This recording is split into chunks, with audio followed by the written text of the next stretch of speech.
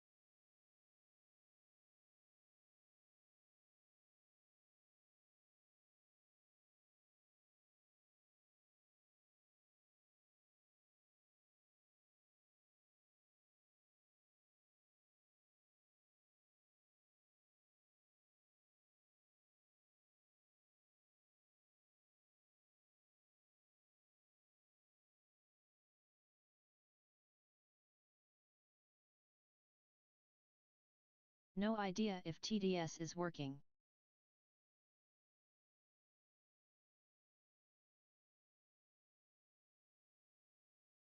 Well, we will see how long that lasts.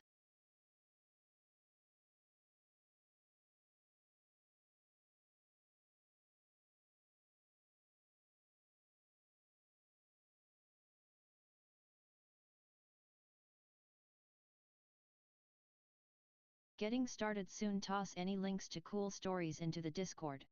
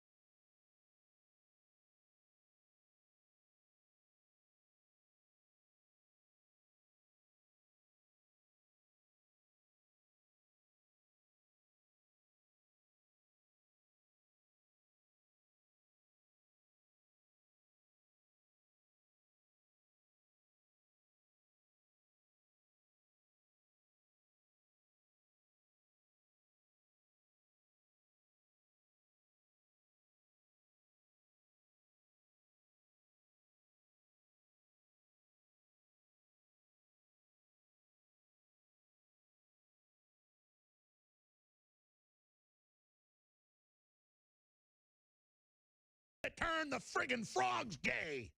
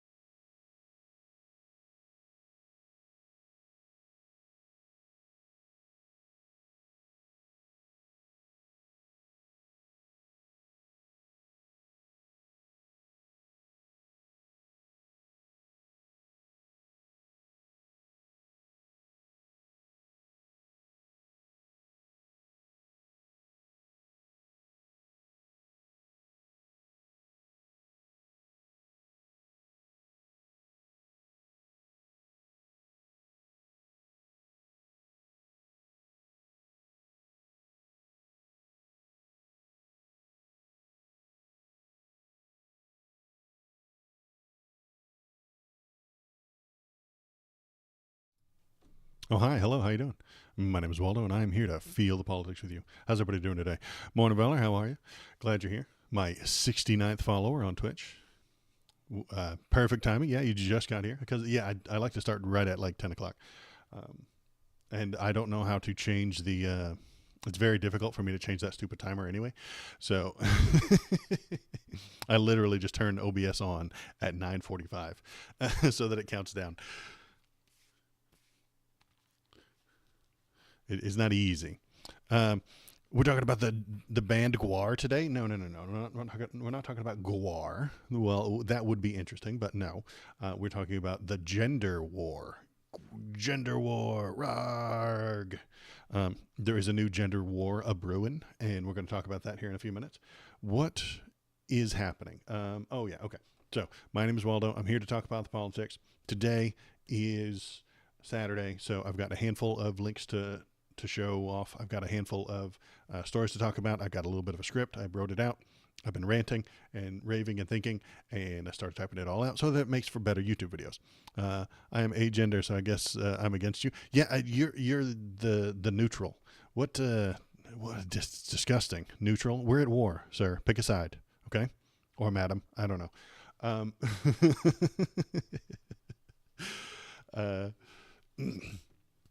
So yeah, I've got a couple of things to talk about. Then the Apostrophe-Gate. I don't know if you've heard about that. It's a mess.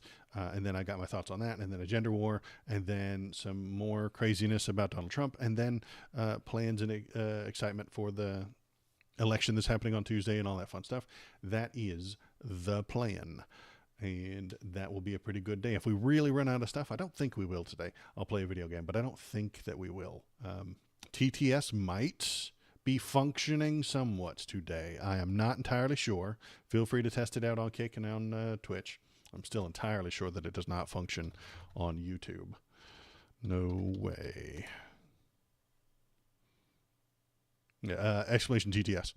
Then it might function, but not on YouTube. So that's my YouTube, and that doesn't function ever. It might be working, but it's not the right voice, which irritates me. Canooch. There she is. Was that very quiet? I don't know. Regardless, it's not the right voice, and I know it's not the right voice because I'm using a different browser, and that browser is not Google, which irritates me. The Google has the right voice, but it won't function. The Brave browser, not Google, functions, but isn't the right voice. So I'm damned if I do, and I'm damned if I don't. There's no winning with this TTS fight that I've been in. Yeah, it was kind of quiet. I don't know how to turn it up. Honestly, I can turn up everything, or I can just turn up or nothing. And then that would be way too loud when I start playing Twitter videos and all that shit. My voice is probably the same as it usually is because I don't touch that one. But if I turn up Canooch right now, it will turn up all the YouTube videos as well. And that might be a bad idea. So, what the hell? Oh, yeah, I wanted to get started today with, it is November the 2nd, which means Halloween has just ended. And do you guys know what happens in America the minute Halloween ends? Christmas! Yeah, it's Crimbus! It's Christmas time. I'm so excited. I'm so happy. Christmas time. Yeah, Christmas. I didn't put the hat in the right place, so I look stupid. Christmas time.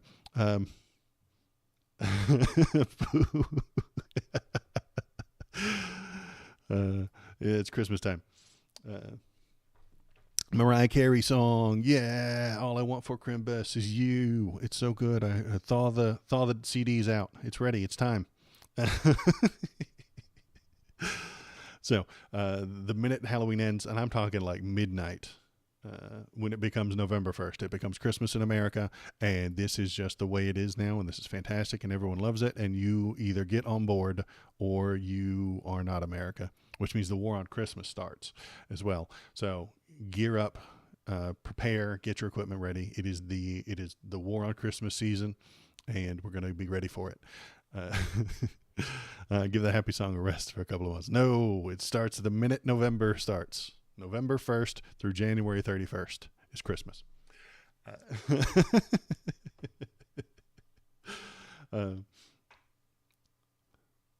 Daniel, I know a song by Fear that sums up my opinion of Christmas quite nicely. Yeah.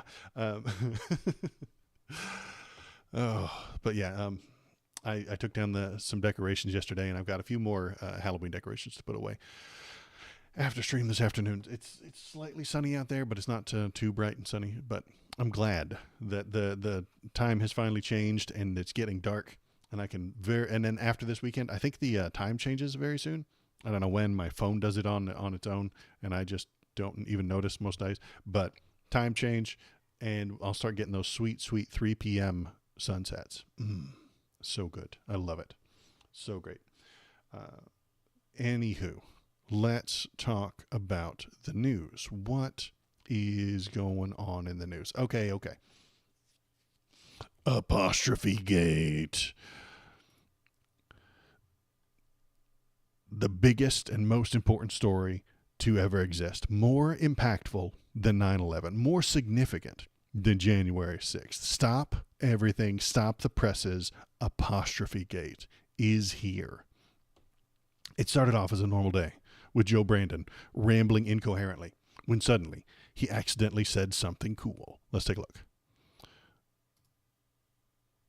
We'll click the buttons. I got to click the buttons. Hang on. You think I'd be good at this by now, but I'm not. Where are you? There we are.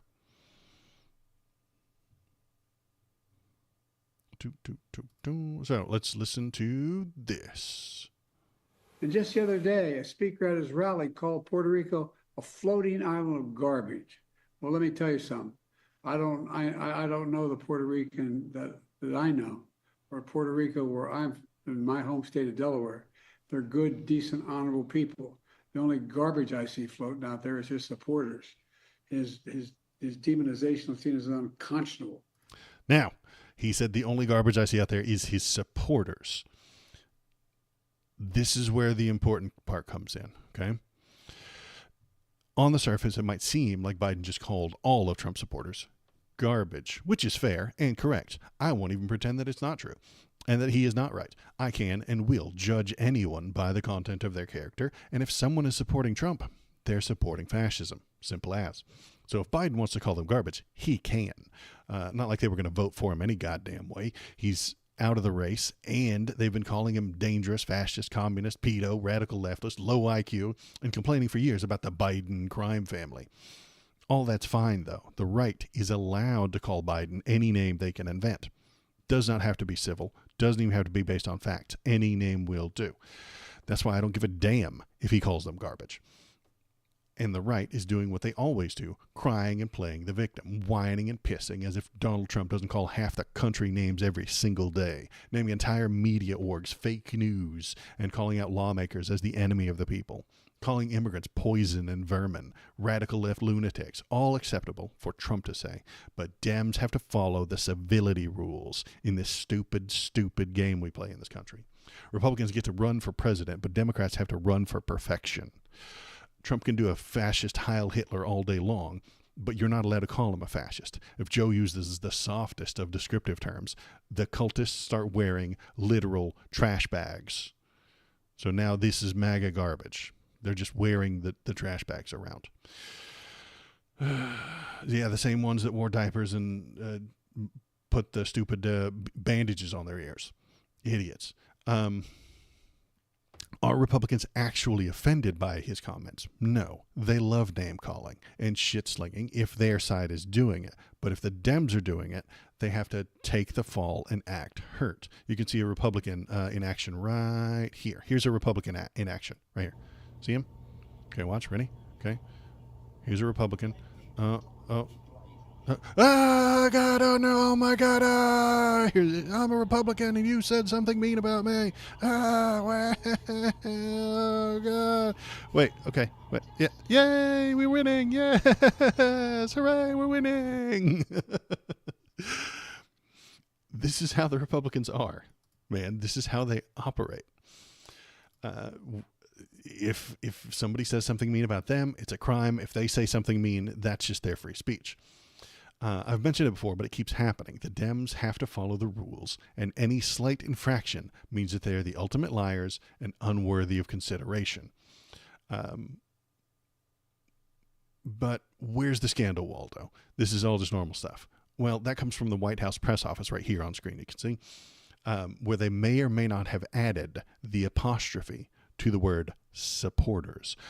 Without the apostrophe, the sentence means that. Let me show you. Right here, supporters. So this is the apostrophe. This is the right here. You can barely see it. Look real close. That's the apostrophe that we're fighting over, whether or not it's there or not. The transcript released by the White House press office, however, rendered the quote with an apostrophe, reading supporters, meaning like a possessive, meaning Tony Hinchcliffe's garbage, rather than supporters without the apostrophe, which aides said pointed to Biden criticizing Hinchcliffe, not the millions of Americans who are supporting Trump for president. With the apostrophe, it changes the possessive quality of the sentence to make it seem like Biden is just talking about Tony Hinchcliffe as garbage. Without the apostrophe, it makes the sentence seem like he's criticizing all of Trump's supporters. And does it matter? Not. Yeah, it kind of matters, but not really. They are all trash, and so yeah, I agree.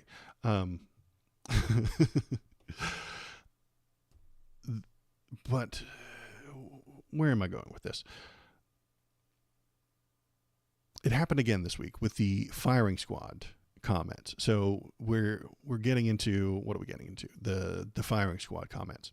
Donald Trump is allowed to say whatever the hell he wants, anytime he wants. That's just free speech, and it's your fault for misunderstanding him.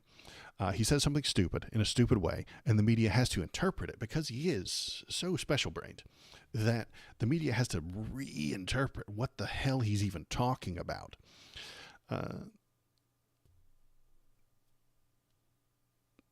If you put on your non-thinking cap, you can kind of comprehend what he's talking about in a certain way, but not really.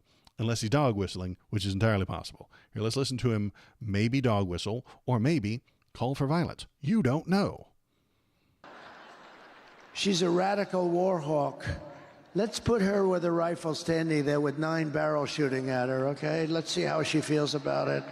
So if you stop right there, it seems like he's talking about putting Liz Cheney in front of a firing squad. And the liberal media and the media at large said, oh my God, is he talking about putting Liz Cheney in front of a firing squad? But if you listen to the whole thing... You know, when the guns are trained on her face. You know, they're all war hawks when they're sitting in Washington in a nice building saying, oh, gee, let's send 10,000 troops right into the mouth of the enemy. But so if you put that sentence in there, he's not saying that Liz Cheney needs to go before a firing squad. He's saying, why don't presidents fight the war? Why do they always send the poor? He's just doing a bad job of it, and it didn't rhyme, and it's not from a cool song lyric, but that's what he's saying. Why don't presidents fight the war? Why do they always send the poor? That's what the point he's trying to get across. He just does it poorly and stupidly with the idea of let's put 9 gun barrels pointing at her face. He's just doing a bad job of explaining it. But dog whistles are difficult to spot. The liberal media sees that and thinks it might be a dog whistle. If you put on your not thinking cap, he might be saying something different, unless it's a dog whistle, which is entirely possible. That's the problem with Trump. Everything he says has to be sifted through, interpreted, retranslated. His most faithful cultists who hear the dog whistle hear loud and clear military tribunals with a firing squad, and they're happy about it. And I'm not just making that up. They actually talk about it, right? Here we go. Trump shared a meme calling for Liz Cheney to have a televised military tribunal. Now, this is a few months old, but Liz Cheney is guilty of treason in giant letters. Retruth if you want televised military tribunals. So he has mentioned this stuff in the past. He has suggested, hey, she should be on trial for the military tribunal. That doesn't make any sense. She's not a member of the military. It doesn't make any sense to put her there. But military tribunals end with firing squads. So does his faithful hear that dog whistle and say, oh yeah, he's talking about the storm, baby. He's talking about the day of the rope. He's talking about the day we all take over and put these fucking commies, put the boot down on these commies and give them all a bunch of curb stops. You know, are they hearing that? Maybe. The press is trying to listen for those dog whistles as well and reports on their interpretation. So that's why you get this stuff right here. That's why you get, well, let me close this. That's why you get this. Trump suggests Liz Cheney should face firing squad. Trump fantasizes about putting Liz Cheney in front of a firing squad. Trump uses violent rhetoric to attack Warhawk Liz Cheney. I mean, he did use violent rhetoric to attack Warhawk, but then you get fucking stupid ass end wokeness and Elon talking about how he didn't really say that. He didn't say it. He didn't say it. Wasn't true. Media's lying to you again.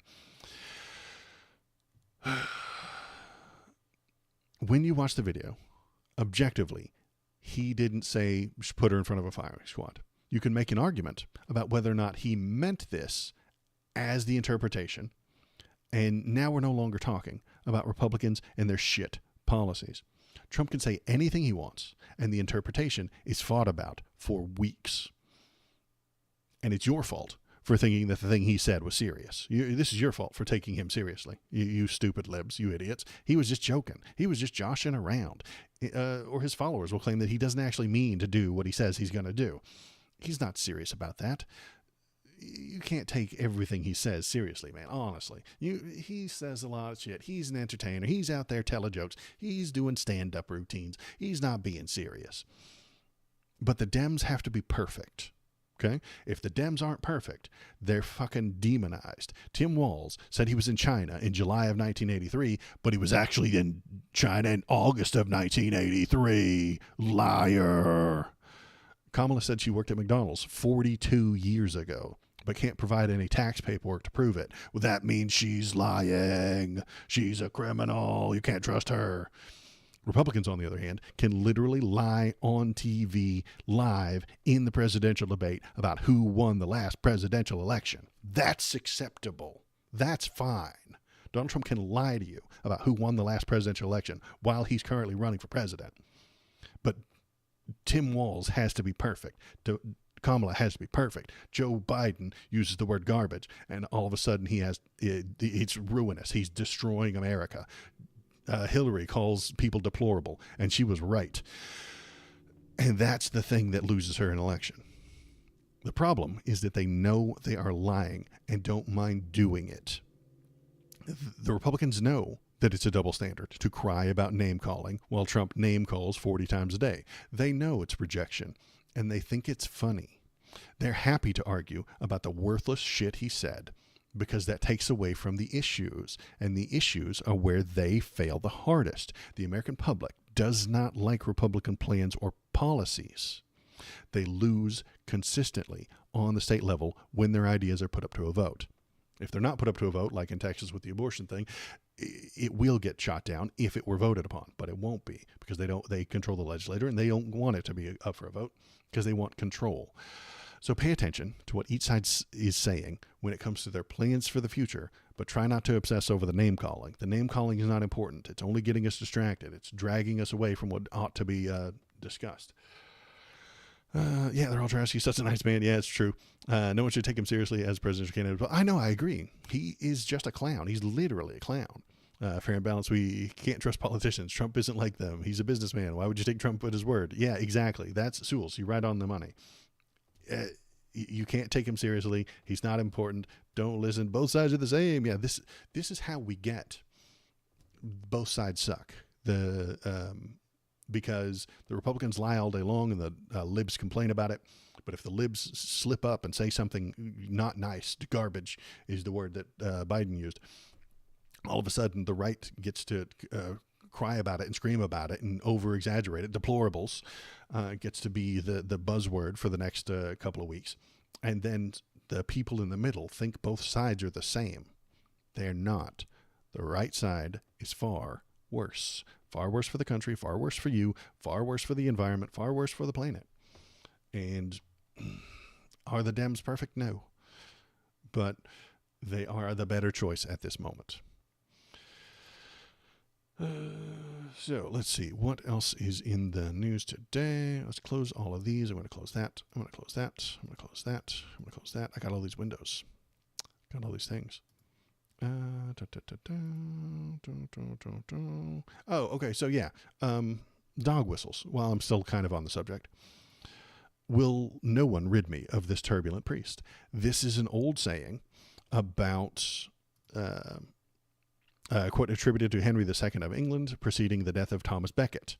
While the quote was not expressed as an order, it prompted 4 knights to travel from Normandy to Canterbury, where they killed Becket due to an ongoing dispute between the crown and the church. The phrase is commonly used in modern-day context to express the ruler's wish may be interpreted as a command by his or her subordinates. So when he says out loud, let's put nine guns in her face and see how she acts, how she feels about it, his cultish followers might interpret that as a command.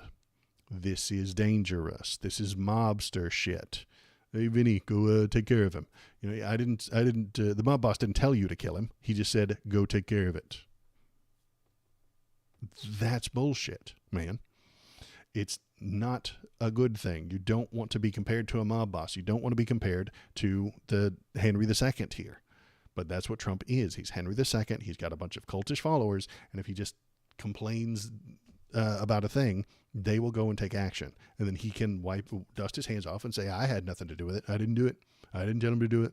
I had nothing to do with this. They did that on their own. They need to face the consequences. And then he'll pardon them because he doesn't care about the rule of law. Republicans usually don't actually care about the rule of law. The rule of law, laws and rules are just to hurt your opponents. That's what they do with rules. That's what they do with laws. Let's see. So if you're watching, hop into chat. Tell me what you're thinking. Tell me what you're feeling. If you want to hop into the Discord, you can go there. Tell me what to talk about. Leave links to things that we can talk about. I'll bring them up on stream. We'll talk about it. We'll feel it all out together. It'll be interactive. It'll be a good time. Leadership requires responsibility. Right. But he doesn't want that responsibility. He dodges responsibility at every turn. He demands that authority. He demands authority, but dodges responsibility. It's a very weird tango that he does, isn't it? It's an interesting dance. I'm the most important. I need to be in charge. I know I'm the only one that can fix it. I'm not responsible for that. I didn't do that. Nothing here has anything to do with me. I didn't do any of these things. I didn't tell him to do that. He demands authority, dodges responsibility. It's a good way to think about it. What the hell was I talking about? Oh yeah, there's the Discord. If you want to pop in there, it'll be interactive. And then what else do we have to talk about? Oh, gender war. Who's ready for a gender war? Yeah. Which side are you on the gender war? We've got a very exciting gender war a-brewing because of this ad right here. Let's watch. He is, she is, they are. Like a toddler, give me mine. I want it. No, give me. Yeah, exactly. Yeah, he's very toddlerish. Gender war. Okay, let's do a gender war. Where is the thing? Here we go.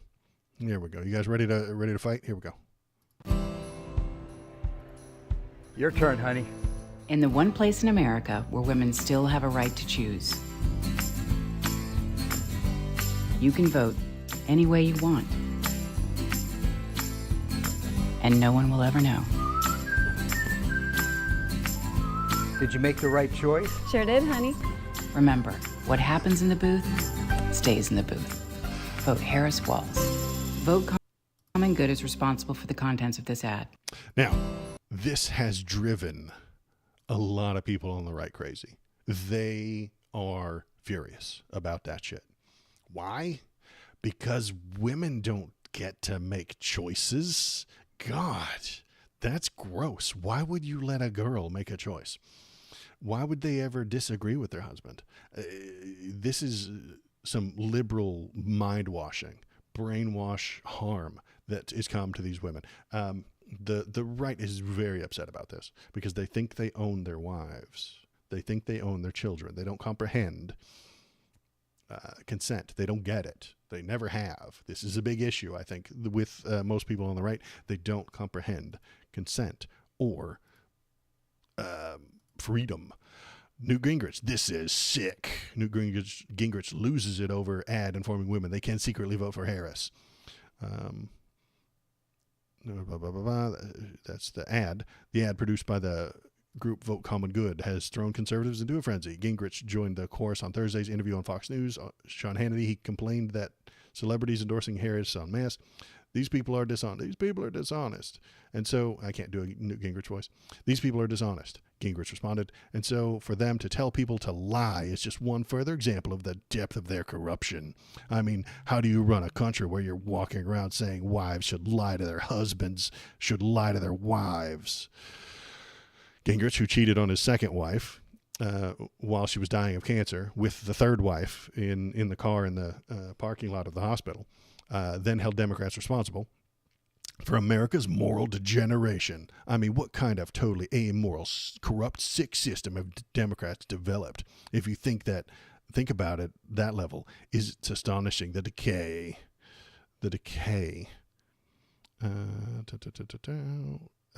Yeah. Let's see. Is there anything else on this one? Roberts aired Gingrich. Instead of having a dignity and patriotism and sense of morality, these are really sick people. And the more you watch them to say, oh, why don't you lie to your husband, as a publicly advocated ad, that is sick. And I think we ought to have the courage to say that it's sick. Dishonest party.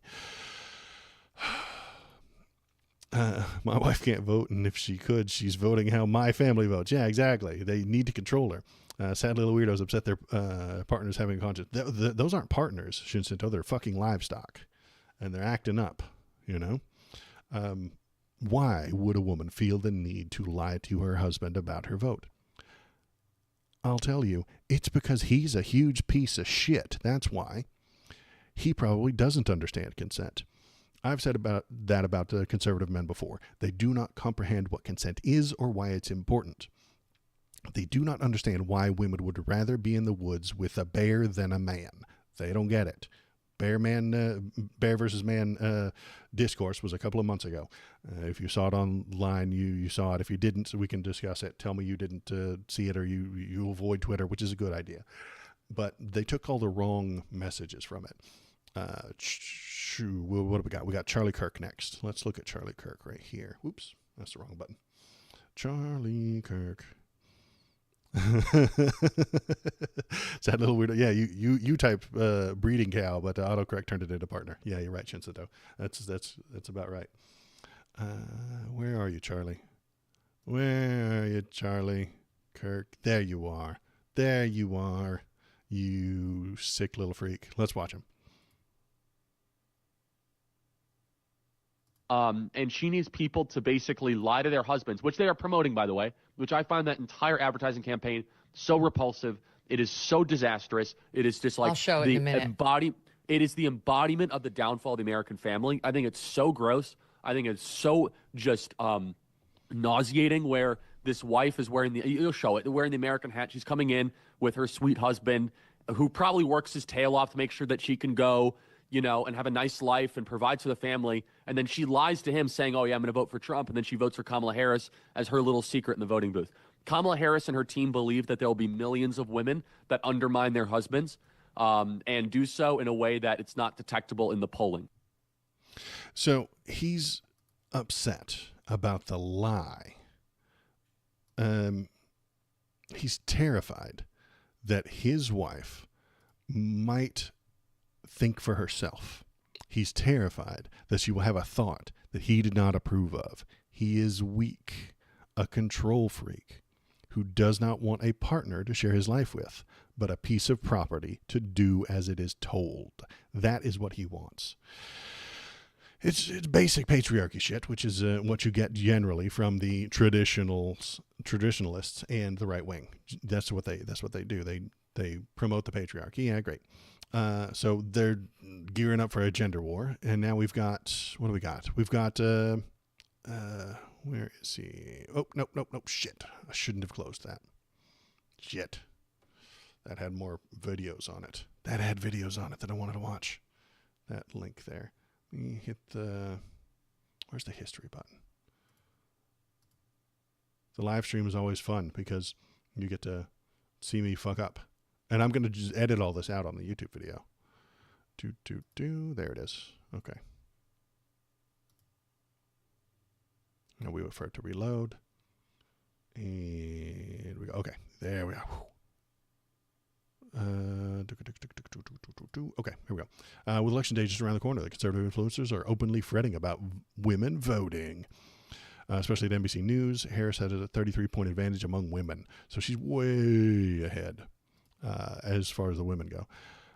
Let's see. So we've got Charlie Kirk. Then we've got Joel. I don't know who Joel Berry is, but men, take charge of your country. You don't have to let any of this happen.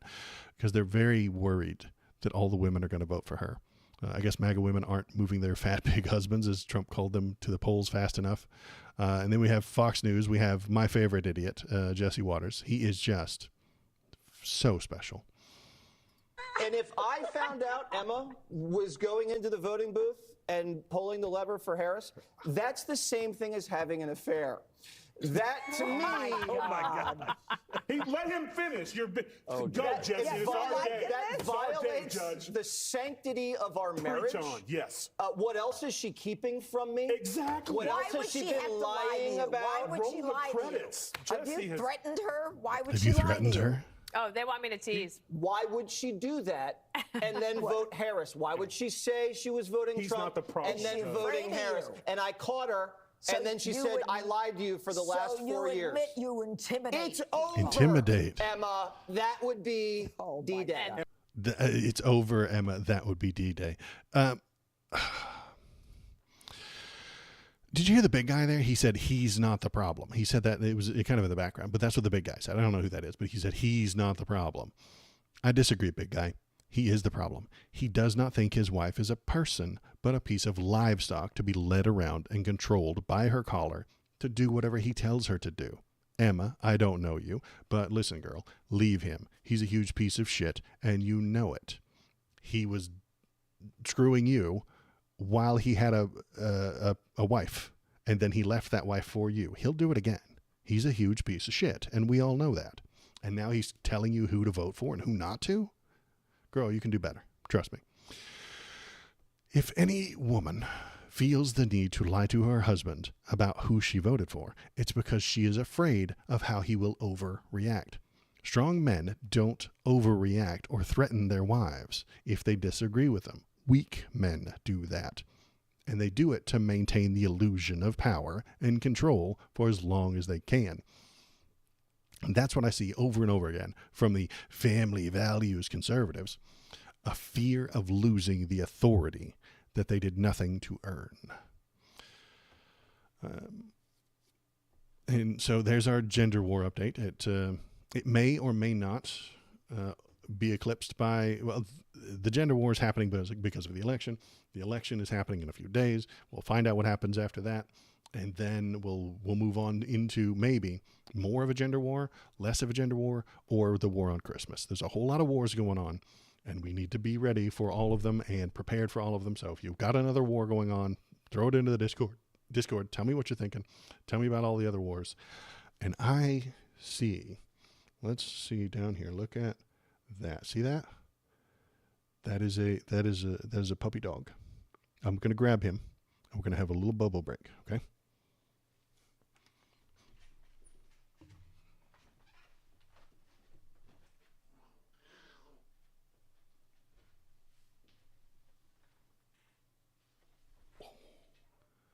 Oh, hi.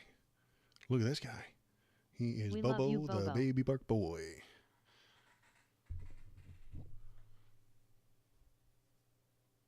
He's very cute. And his hair is way too long, and he is filthy, and he stinks. And he goes outside, and he runs around in the rain and the big yawns. And then he gets muddy and gross. His big old ears. What do you think, Bobo? Any hot political takes for us? True.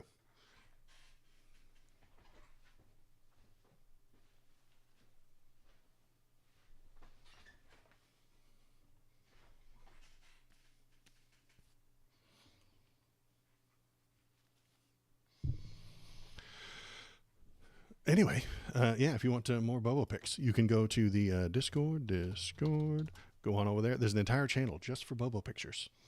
You can take them, you can Photoshop them. KBP Photoshops them pretty often, and it's fun and exciting. You can have a good time. And then maybe you give us some political hot takes. Bobo's hot political take: I pooped in the hall. He does poop in the floor. After we got him fixed last week, like, it undid all of his potty training, and it irritates the hell out of me. And I don't understand why. Also, it's cold and wet outside, and his butt is literally like 2 inches off the ground. So the wet, cold grass touches him, and he doesn't want to do it. I think it's just because it's too cold outside, and he doesn't want to go out there. Yeah, YouTube speech is broken. I think YouTube speech broke the other sites too. Once I finally got YouTube working, it like gummed up the system. I don't know if there's like a what's the word? Service or something like that, where the service for YouTube text to speech dicked up the other two, and now we don't even have the other two. And I had to go to an entirely different browser to get the Lady Canooch.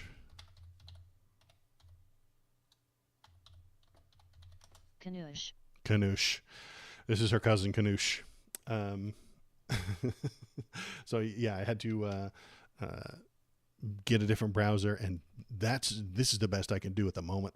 The voice that we had before, it belongs to Google, but I'm not using Google Chrome anymore, so the voice isn't an option.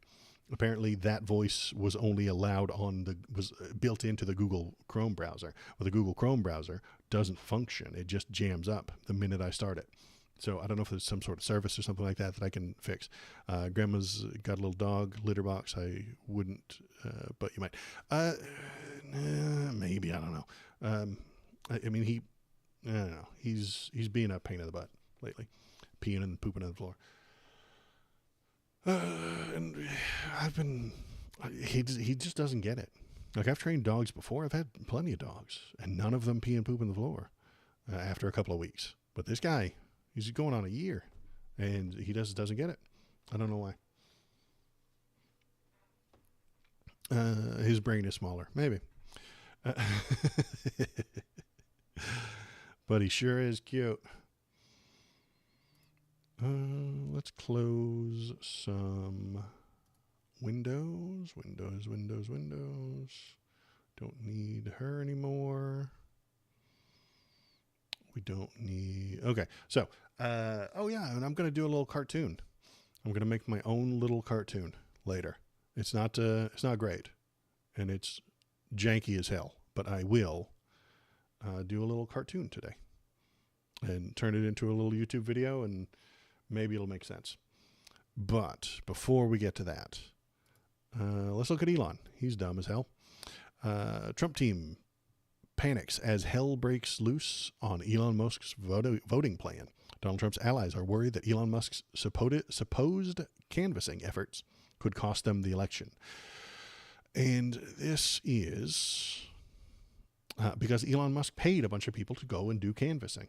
Elon Musk's America PAC has Republican operatives more than a little concerned about Donald Trump's ground game. 9 Republican operatives and canvassers seemed alarmed about issues with the super PAC, which has reportedly collected a plethora of faked canvassing data. As the PAC's phony canvassing numbers were revealed, an operative close to the effort told NBC that all hell has broken loose inside the America PAC.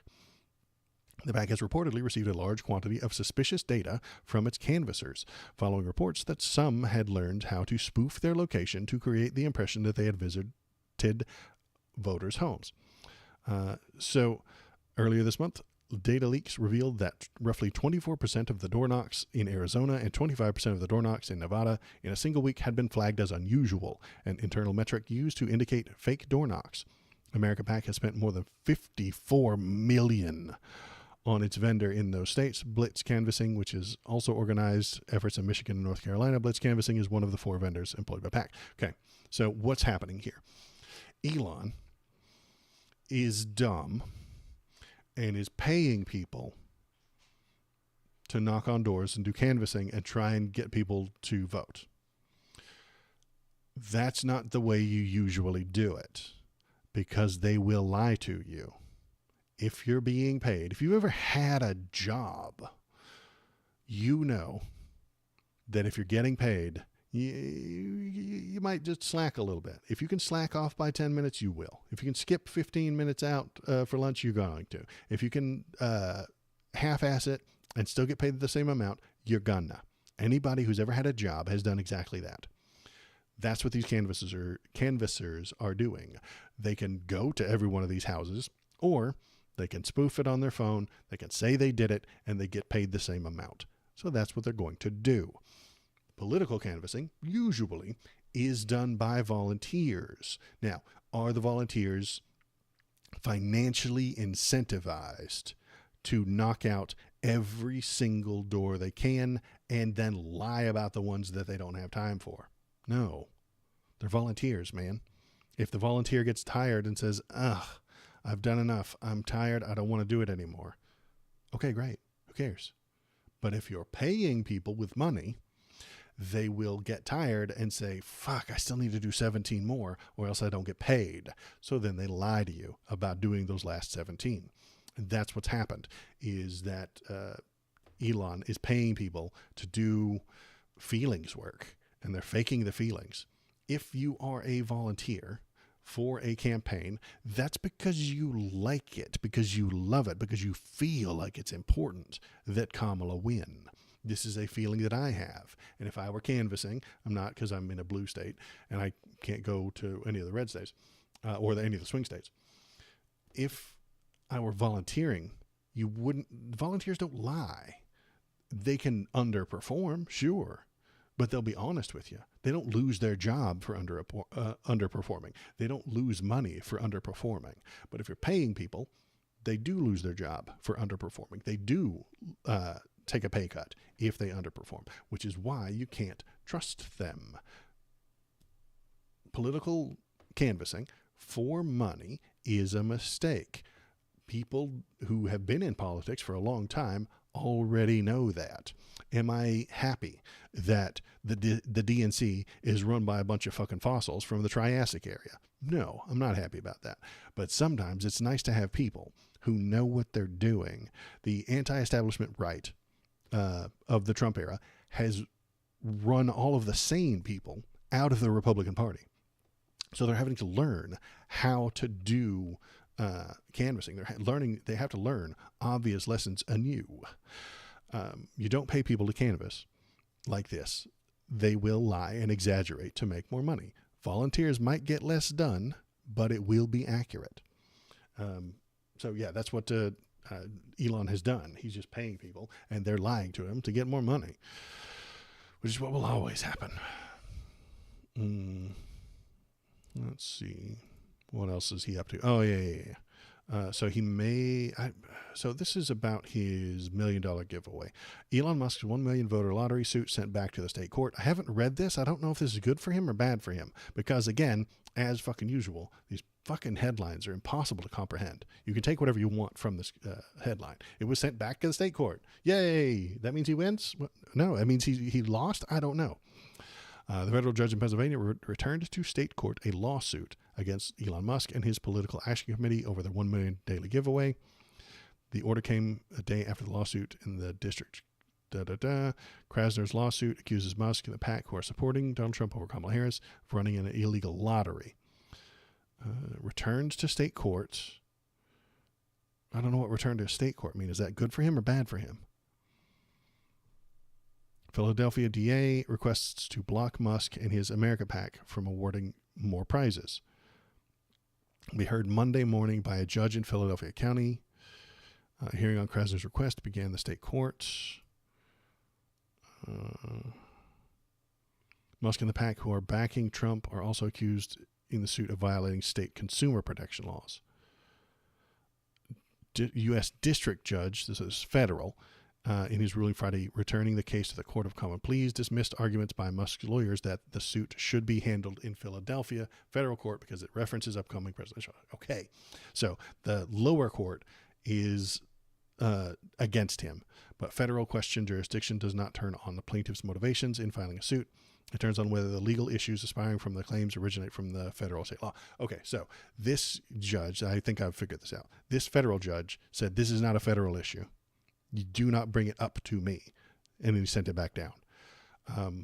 I don't think this is good for Elon Trump. It doesn't sound good for him. It seems like they will come down on the side of him running an illegal lottery, and you cannot pay people like this, which is good.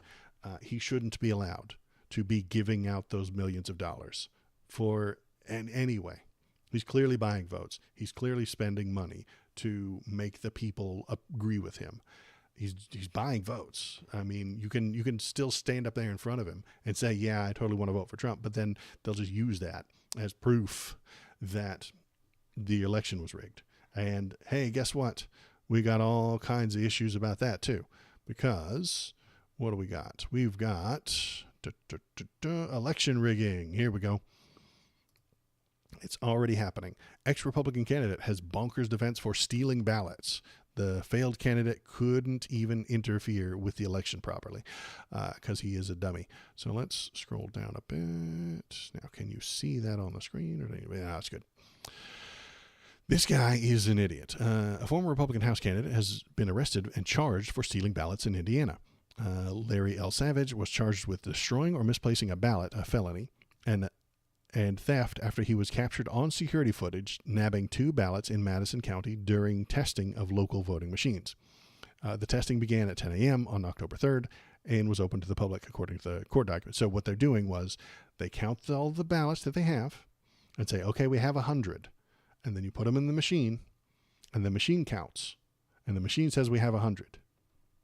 You're testing the machine. That's what you're doing. That's what he's there for. He's helping. But what does he do? He steals the ballots to make the machines seem untrustworthy. Several citizens were permitted to run test ballots through the machines assigned to their county, including Savage, who was spotted on camera folding the ballots into his pocket while confirming with an election official that they were absolutely totally real ballots. Although they weren't official ballots, the ballots did not say fake or sample and were being tracked and counted by the state. So they're absolutely real, but not official. I don't know what the difference here is. There's probably some legal difference, but I'm not sure what it is. After pocketing the ballots, Savage leaned over to a woman streaming the event on Facebook Live, telling her that there was a fucked up count. Live into he went to the camera and was like, hey, you're streaming this? That count's fucked up. Don't trust it. Everybody listening at home, you can't trust this machine, he says. Because he wants to sow doubt. He wants doubt. He wants the system to fail. After he left, the woman confronted election officials about whether they were missing any ballots. Savage then joined the woman's live stream in chat as Card Killer 57 and said that the facility was 3 ballots short, causing chaos. Don't trust anything, Savage wrote in another comment. Ironically, Savage had framed himself as a champion of election integrity in online forums. When questioned by the police, Savage admitted that he had taken the ballots, but claimed that the woman at the facility had given him permission to do so. He's trying to cover his ass when he's caught by the police. Where did he showed it to somebody? Didn't he, somebody pat him on the back, I think. Anyway, not important. So he volunteers to help set up the votes. He intentionally, willingly, knowingly sabotaged the machine so that he could go online and say that the machines can't be trusted. How do we deal with this? How can we function as a country if, and I'm going to say it, most of the fucking right wing would do exactly the same thing? It's exactly what they do. If you're on Twitter right now posting election misinformation, or you were doing so during 2020, how do we operate as a country if the right wing is willing to lie to get what they want? If they're willing to subvert the entire democratic process, how do we function? How do we get things done? How do we be better? How can we avoid this guy dicking up the system? He's dicking up the system. He's breaking it on purpose because he doesn't like the outcomes. He's throwing bombs. He's not throwing bombs. he's throwing monkey wrenches. He's damaging the machinery, then going out on TV under a fake pseudonym and saying the machinery is broken. Don't trust the machinery. You broke it, boss. You did this. You made the machines miscalculate. You did that out of spite for somebody else that isn't you winning, being the winning side. You hate the people who might win so much that you're willing to undermine democracy for it. Throwing shoes into the machine. Yeah, exactly. He's putting fans in toilets. In their mind, we're supposed to just give them what they want to regain stability. Yeah, exactly. If there's enough chaos, if there's enough doubt, if there's enough Twitter complaints, if there's enough video on Twitter that can suggest that it was broken, well, then we have to cancel the entire election. We have to not count any votes. You can't trust anything I saw on Twitter about how that machine wasn't working. I heard from a really reliable source named Card Killer 57 that the machines were broken and couldn't count votes properly. And then that means that the entire thing is broken, and you can't trust what happened in Pennsylvania. You can't trust what the results say in Georgia. We should just go off what I feel. That's how the election ought to work. Donald Trump feels like he won. All his voters feel like he won.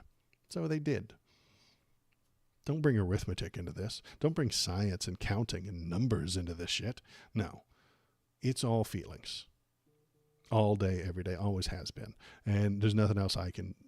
How do you deal with that? How do you argue with people who ignore facts? How do you deal with the Republican blind spot? Because that's what they're going to do. They're going to put this blind spot up.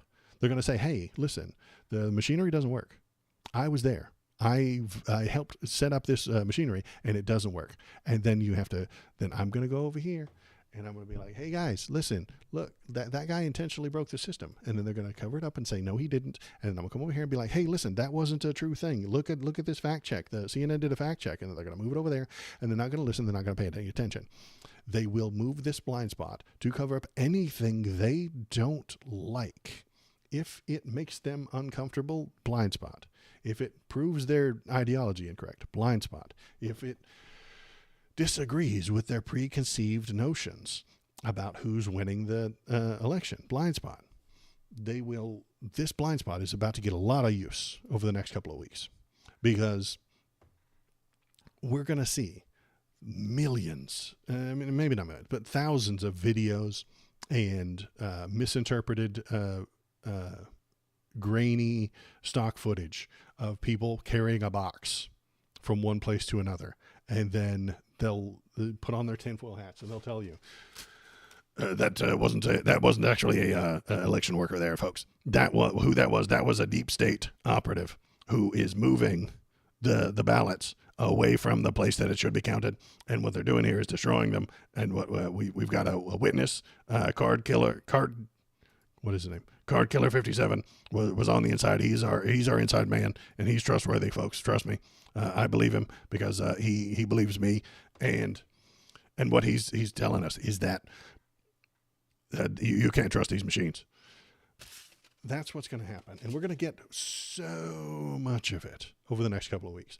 This election isn't going to end on November the 5th.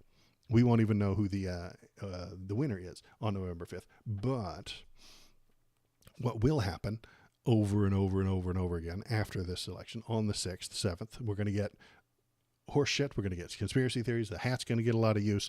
The blind spot is going to get a lot of use as these conservatives create, or Russia creates, fake videos of people destroying ballots, of ballots being changed at the machine, and they're going to manipulate the dumbest among us. And I don't know what to do about that, honestly. Education? It's a little too late for education. If you want this election to be stolen, you will find evidence that it was stolen. It's how the internet works now. If you want to find evidence that the world is flat, you can find it online. If you want to find evidence that Epstein didn't Epstein himself. You can find that evidence online. Someone will sell it to you. Someone will give it to you. If you want, I mean, it goes for porn too. If you want, I don't know, cartoon, you want naked drawings of your favorite Genshin girl, you will find it on the internet. Great. It's something you're looking for. If you want fake Photoshop photos of your favorite celebrity without any clothes on, you can find that on the internet. Someone will have it for you. If you want fake conspiracy theories, if you want crazy ass ideas about the 2020 election, you can go and find it. We're neck deep. We are deep into the misinformation age, and I don't know what to do about it. I really don't. I don't know how to solve it. I've got a couple of ideas, a couple of goofy ideas, a couple of wild ideas, but I don't know that anybody's even thinking about those ideas. And I don't know if anybody even takes it seriously. If you stop people from posting misinformation, are you harming their free speech? Kind of, yeah. But maybe if you're using your free speech to promote fascism, which will take people's rights away, we don't let you do that. I don't know how we organize that. I don't know how we figure it out, but maybe we can. What else do I have to talk about today? Let's see. I'm going to close that. Oh, okay. So, yeah, I told you I was going to make a cartoon. So, let's make our cartoon. Let's do that. What is this? Take the impossible literacy test. Louisiana gave black voters in the 1960s. So, we're going to go down this thing right here, and we're going to take a little test. Here's the IQ test that people were given before they could vote. State of Louisiana literacy test. This test is to be given to anyone who cannot prove a 5th grade education. Do what you are told to do in each statement, nothing more, nothing less. Be careful, as one wrong answer denotes failure of the test. You have 10 minutes to complete this test. 1. Draw a line around the number or letter of this sentence. What? Right off the bat. Draw a line around the number or letter of this sentence. I suppose. Or letter? What the fuck are you talking about? 2. Draw a line under the last word in this line. So I guess we put a line under here, right? 3. Cross out the longest word in this line. So I guess which one has the most letters? Longest has the most letters, and it seems to be longest. So we're going to cross out the longest word in this line. Draw a line around the shortest word in this line. So we're going to draw a line around. So I guess we're going to circle the letter A there, I suppose. Circle the first letter of the alphabet in this line. So what the fuck is the first letter? So the first, that would be A. So we're going to circle the A, right? Okay, great. In the space below, draw 3 circles, one inside engulfed by the other. Now, this is a trick one. So they're all trick questions, but you draw 3 circles, one inside engulfed by the other. So what you need is 1 circle, then another circle, and then a 3rd circle inside that one. And this is the trick. If you see where this is going, the person who gives this test gets to determine what is correct and what isn't. And they will do it in a way that prevents black people from voting.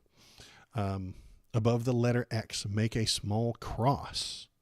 So you put a little cross right there. But I bet if it touches your circles, they disqualify you. I bet if your circles, you have to erase your circles and then move them over here so they don't touch the small cross that you made, will take you some time. Draw a line through the letter below that comes earliest in the alphabet. So I guess B, because there's no A's.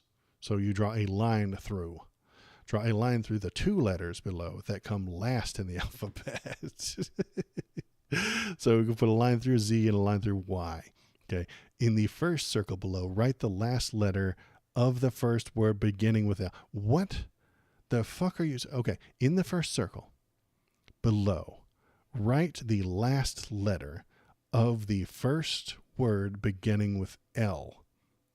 I assume what's the first word? This fucking literacy test is illiterate. This literacy test has bad grammar. I challenge the entire process here. In the first circle, right, but the last letter of the first word beginning with. So the first word, last is the first word that starts with an L, and the last letter is T. So we write a T inside the 0, inside the 1. Cross out the number necessary when making the number below 1 million. And look at that. They didn't keep the little commas there. If your cross looks religious, then they'll say the X would have been correct. If you draw an X, then they'll say the cross, not an X. Yeah, exactly. That's Sewell's. Yeah, this is exactly how this test is supposed to work. If a black person wants to vote, you force them to do this, and then you find something they did wrong. If it takes them 10 minutes, if they're at 9:58, and this is long, it's got 30 fucking questions. We're going to keep going because I think that they're interesting. But yeah, if you do it wrong, or the 10-minute timer, you don't tell them about the 10 minutes, or they're on this last page. Like, oh, time's up. Sorry, get lost. You don't get to vote. Sorry, go away. You're not allowed to vote anymore. 13. In the line below, cross out each number that is more than 20 but less than 30. So more than 20 but less than 30. So we're going to 29, 22, 26, 25. And draw a line under the first letter H. And you can barely even see it. And draw a line through the second letter after J. Draw a line under the first letter H. So there's an H. And draw a line through the second letter after J. So this one almost, like, what's the second letter? So L, I suppose. Line through it. And if you touch the K, if your line touches the K, I bet they would disqualify you. In the space below, write the word noise backward and place a dot over what would be its second letter should it have been written forward. Fuck you, Louisiana. Fuck you in your face. Draw a triangle with a blackened circle that overlaps only its left corner. Look at the line of numbers below and place on the blank the number that should come next. 2, 4, 8, 16. It should be 32. Look at the line of numbers below and place on the blank the number that should come next. 3, 6, 9, 12, 15. Okay. Draw in the space below a square with a triangle in it. And within the same triangle, draw a circle with a black dot in it. And then if you do any of this wrong, spell backwards forwards. Fuck off. Spell backwards forwards. That's a trick fucking question. You're supposed to just write the word backwards. And then they'll lie to you and tell you did it wrong. Print the word vote upside down, but in the correct order. What test is this again? This is an old relic. This is from the 1960s.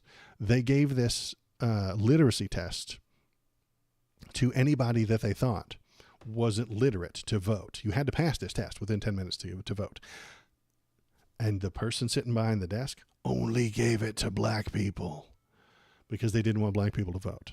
So I'm going to cover this in the cartoon here in a few minutes. But white guy comes up to vote. He just goes right through. Black guy comes up to vote, has to do this test because they don't want people to vote. What else we got? Print the word vote upside down, but in the correct order. And I bet if you flip the paper upside down and just write the word vote, they would disqualify you and say it's upside down and backwards. Place a cross over the 10th letter in this line, a line under the first space in the sentence, and a circle around the last in the second line of the sentence. Fuck off. Draw a figure that is square in shape. Divide it in half by drawing a straight line from the northeast corner to the southwest corner. Then divide it once more by drawing a broken line from the middle of its western side to the middle of its eastern side. Okay. Print a word that looks the same whether it is printed frontward or backward. You just have to know off the top of your head. What are those things? Palindromes? You have to know a palindrome. And I don't know if they were aware of Taco Cat back then. And even then, that would be 2 words. Just taco cat. What? Boob, maybe? No, that would, if they turn it around, it turns into dude. So boob doesn't even work. Poop? No, you turn it around, it turns into QOOQ. That's not even a word. Wow and mom, there you go. Those are good. I don't know any. Good job, KVP. You're passing the 1960s literacy test. Write down on the line provided what you read in the triangle below. Paris in the spring. Now, this is a trick of your human brain. You say Paris in the spring, but it's actually Paris in the spring. This is a optical illusion. You don't notice the two these on this one. So, and you're being timed. You're fucking busting your brains on number 7, and then number 25. You're in a hurry. You're like, okay, this one's easy. Boop, boop, boop. Paris in the spring. In the third square below, write the second letter of the fourth word. 1, 2, 3, 4. And then you would put a letter Q in there, unless there's some trick and I'm not seeing it. And this takes time for you to comprehend that. Ding, your time is up. It's been more than 10 minutes. You fail. You don't get to vote anymore. Right from the left to the right as you see it spelled. Right. From the left to the right as you see it spelled here. That's impossible, man. Divide a vertical line in 2 equal parts by bisecting it with a curved horizontal line that is only straight at its spot bisection of the vertical. You guys remember you guys remember, everybody here's been through 5th grade. This is the 5th grade literacy test. You can provide a 5th grade education. We all do remember sitting in Miss Smith's class back in 5th grade when she told you to divide a vertical line in 2 equal parts by bisecting it with a curved horizontal line that is only straight at its spot bisection of the vertical. We all remember that. I remember having, I was 10 years old. I had such good friends. We just finished playing Pogs on the playground. We had a great time. And then we come back in, and Miss Smith says, divide a vertical line in 2 equal parts by bisecting it with a curved horizontal line that is only straight at its spot bisection of the vertical. Throw some trigonometry in there. It's a reading test. Fuck these guys. Write every other word in this first line and print every third word in the same line. Original type smaller and first line ended at comma, but capitalize the 5th word of. Right?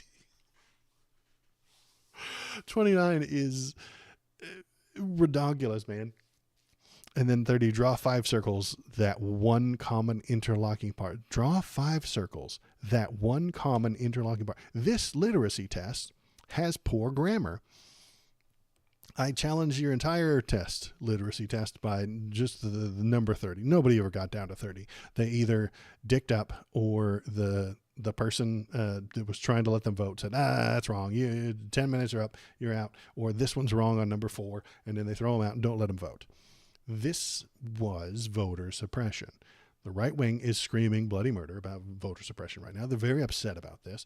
Anytime there's a long line in a red county, they're angry about it. Anytime there's a long line in a blue county, they make it illegal for you to give them water. It's a fucked up system. Everybody knows that the system exists, and they're all trying to cheat outside the system. They're all trying to cheat. Both the Dems and the Republicans want their people to vote more often than the other, obviously. But the Republicans are being very bad faith about it right now. Everything that I'm seeing on Twitter is people just posting horse shit. People posting fake ideas about how it's actually rigged, and this guy stand here and this guy was standing here, and these peace officers came over and looked at the thing. That was a big thing. I'm not going to push it because it was fake news, but there was these 2 guys dressed up in uniforms slightly. They might have been in uniform. They might have been in just slightly bad uniforms. And they put a sign down that said, that's the end of the line. And then somebody was saying that it was fake, but then the liberal news said, no, it's not fake. And these are actual peace officers and shit like that. It's a fucking mess, and it's not going to stop. It's only going to get worse from here on if we allow the Republicans to keep making up fucking horseshit laws and fighting tooth and nail in the courts about what is allowed and what isn't. Set some standards. Don't change the standards 5 minutes before the damn election. That's all I'm asking. But Alabama is still suing people right now. There's a suits in Alabama that nobody knows what's going to happen. Nobody knows if you're allowed to do certain things in Alabama because they just sue 5 minutes before the election, and then it's up in the air. And then will that get counted or will it not? Nobody knows. Republicans complain about lawfare against Donald Trump, but they're using lawfare against the voters. They really are. Because they want the chaos. If the chaos is there, Donald Trump and Mike Johnson can use their secret plan that Trump actually spilled the beans on the other day to overthrow the entire election. And then you won't have to. So, what is this? Okay, here's my cartoon. You guys ready? I'm making a cartoon. Here we go. Well, shit. Gotta move it over here. There it is. Boop, boop, boop, boop. There we go. Look at that. See this guy? Nice guy over here on the right. You ready for some very jank, very scuffed political cartoons by Waldo? It's a good time. If you're enjoying this, give me a thumbs up or a like or something like that for my jank streams. Who's that guy? That guy's the voting official. He's sitting at the front desk of the poll on election day. Now, in the 1960s, he would have been giving that literacy test to any black people that come by. But these days, everybody's screaming bloody murder, not about literacy tests, but about voter ID. Voter ID. Oh, Elon goes nuts for voter ID. Everybody on the right goes nuts for voter ID. J.D. Vance on Rogan just the other day said, "Oh no, you have to. It's a crime to ask for voter ID." Why is it a crime to ask for voter ID in California? Because we've already done it. We've already registered people to vote. This guy right here at the poll has a list of voter registrations, probably online, but he's got a device that's going to help him know if you're here and you're voting correctly. You will walk up to him. This guy will walk up. Hi, how you doing? My name is Jerry Johnson. I'm here to vote.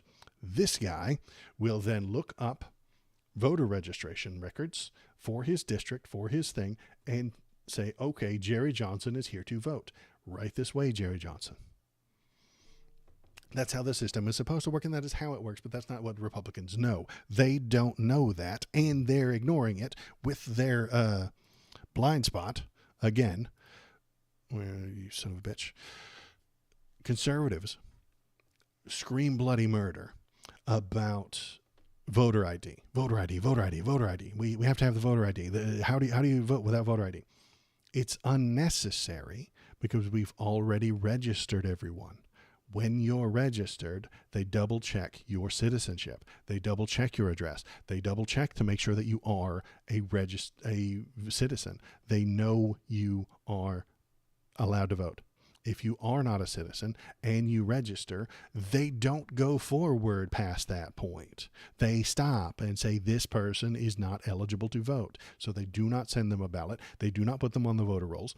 Conservatives don't know any of this. And if they do, they ignore it because they want to have a blind spot, because they want the voter ID to kick people out on the day of. Here is what the Republicans can and will do if you let them with the voter IDs.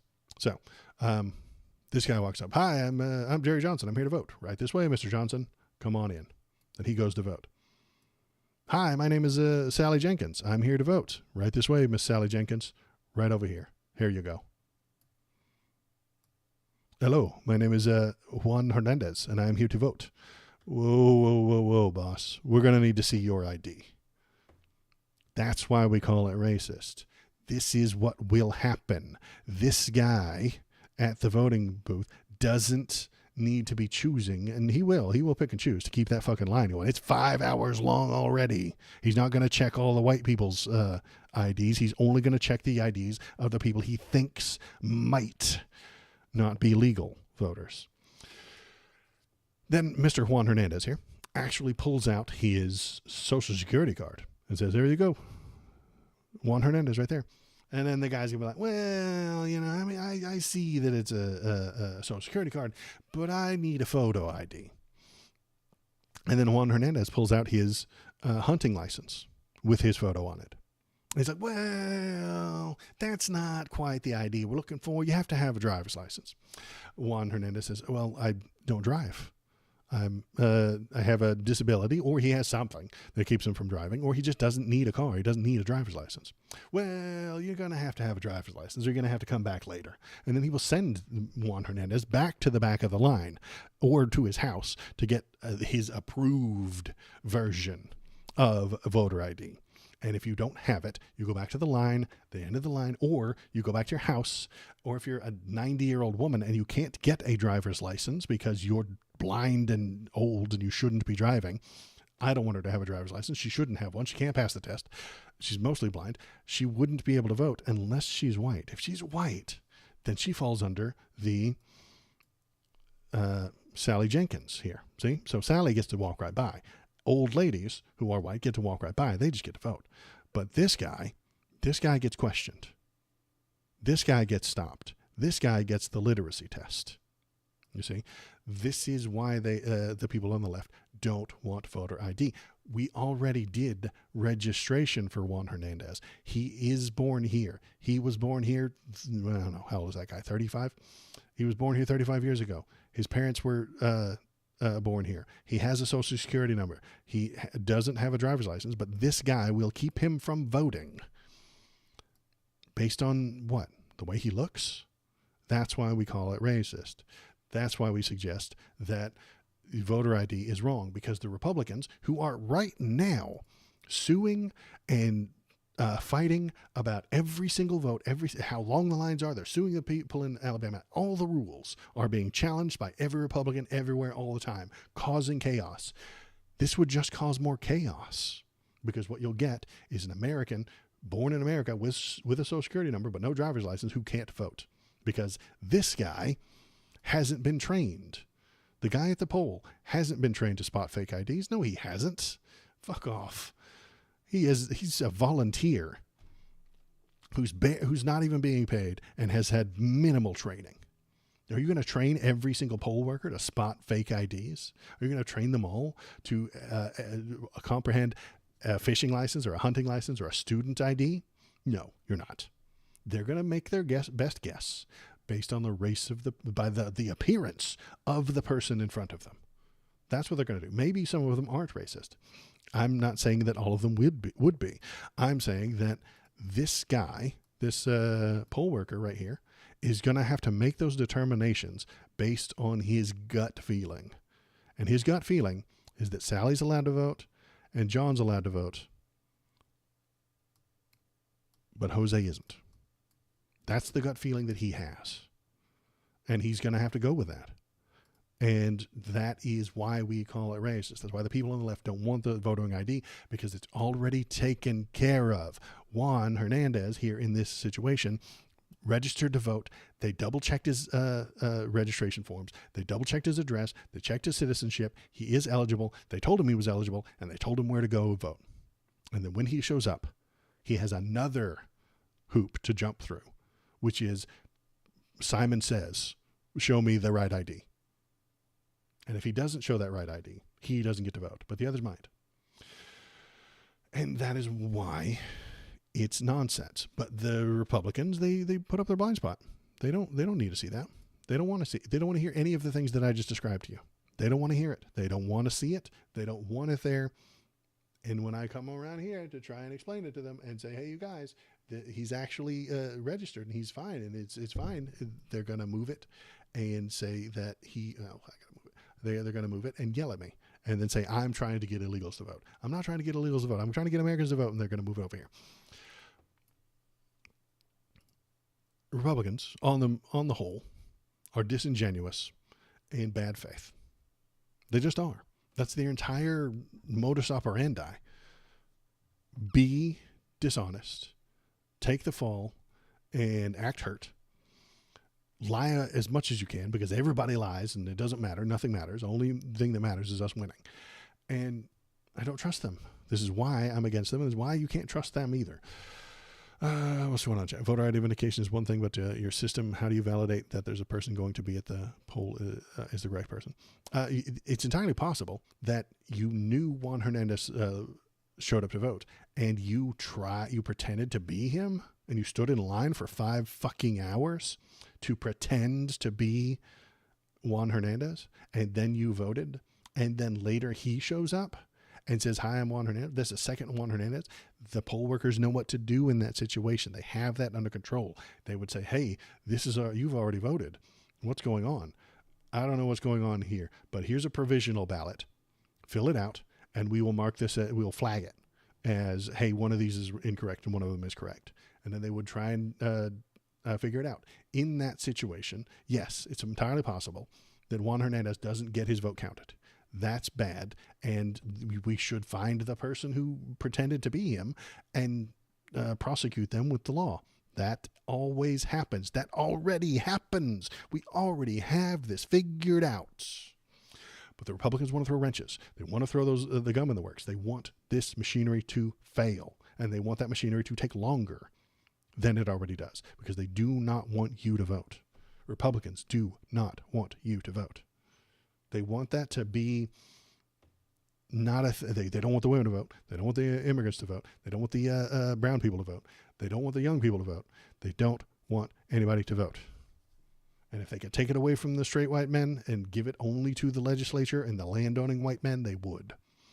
Because they don't care about you. They don't care about your freedom. They don't give a damn about democracy. They are in it to win it. And if they have to cheat to win, they will. I remember conservatives didn't want to be on a list because it reminded them of a Nazi Germany. They didn't want their guns taken away by jackbooty thugs. Yeah, it is a weird situation. And now the conservatives really want that list, and they want extra lists, more lists, lots of lists. Who voted for Kamala? Let's put those lists in place. Let's find out who did and didn't vote for her. And that is shit. I don't like it at all.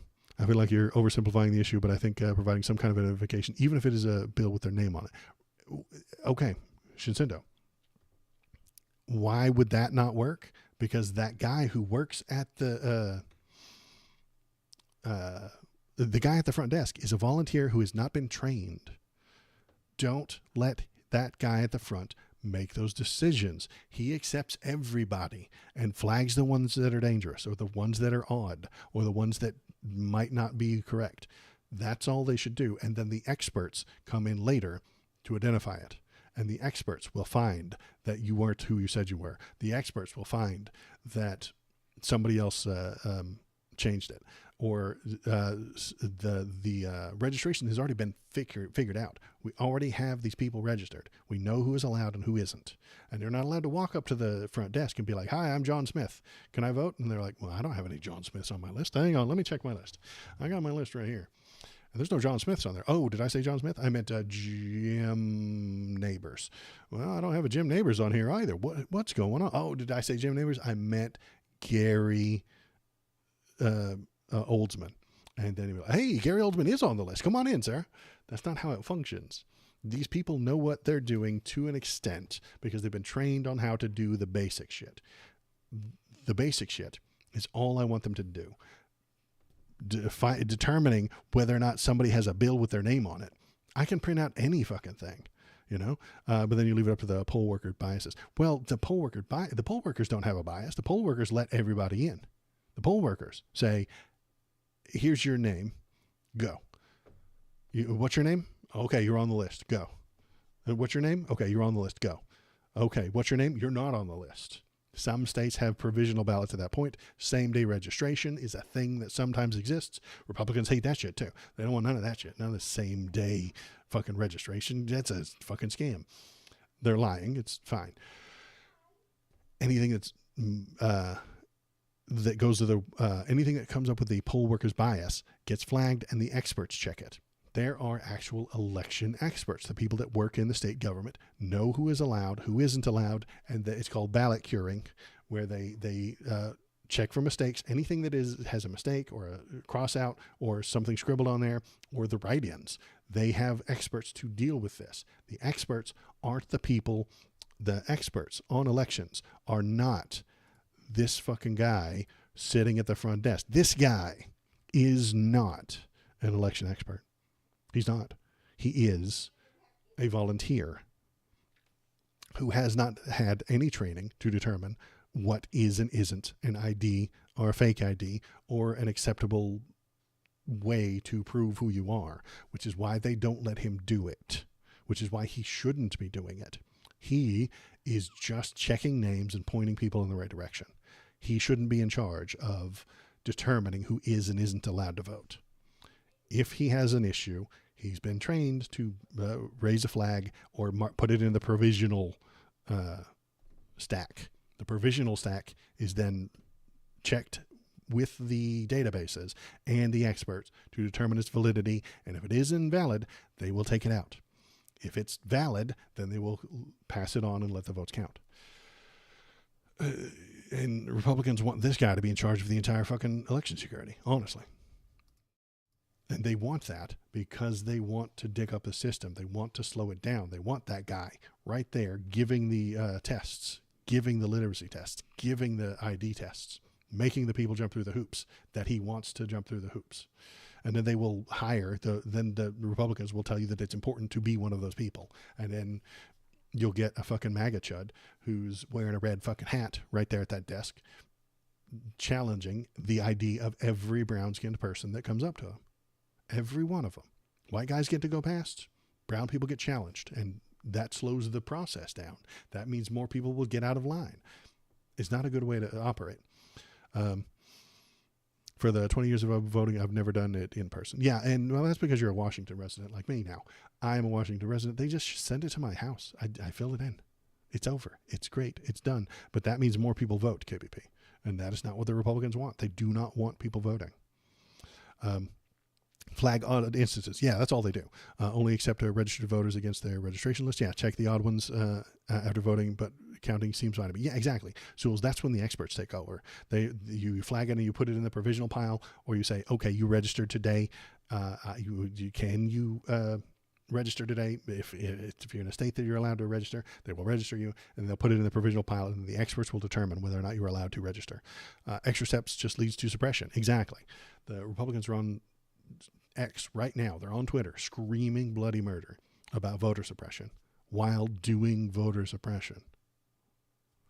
Republican lawmakers are suppressing the vote while the Republican voters are on social media screaming bloody murder about all the voter suppression that the Dems are doing. Because they don't live in a reality-based system. You know, they live in the feeling-based system. The feeling-based system says that everything is bad and everything is wrong because of the Dems, because we feel like it. It's not a great system that they have. The party of rubber and glue. Absolutely right. Everything bad is you. Everything good is me. Everything heroic is me. Everything terrible is you. It's a very simple system that they live under. Yeah, all the bad voter suppression is bad, and you're the one doing the voter suppression, not me. Everything I do is voter. What was the word they used to describe that guy earlier? Integrity. Everything I do is voter integrity. You know, when I slow the process down to a crawl to check IDs, that's integrity.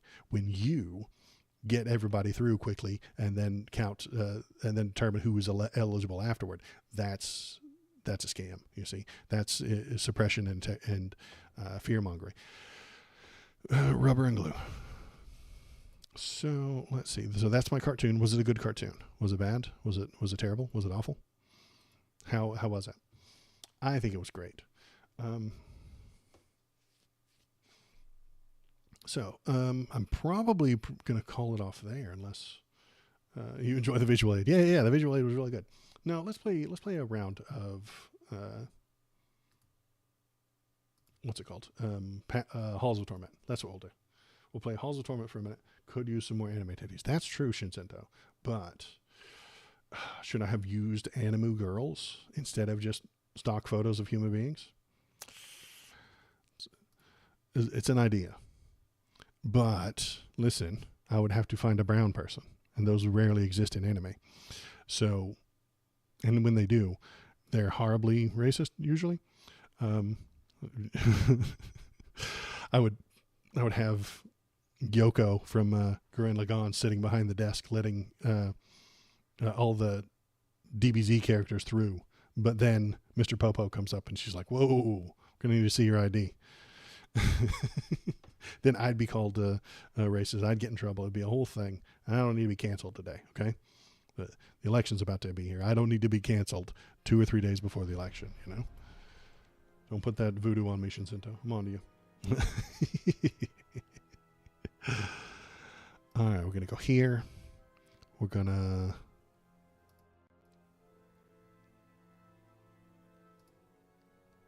Hi, my name's Goku, and I'm here to vote. What? You need to see my ID? What do you mean you need to see my ID? My name is Goku, Son Goku, and I'm here to vote.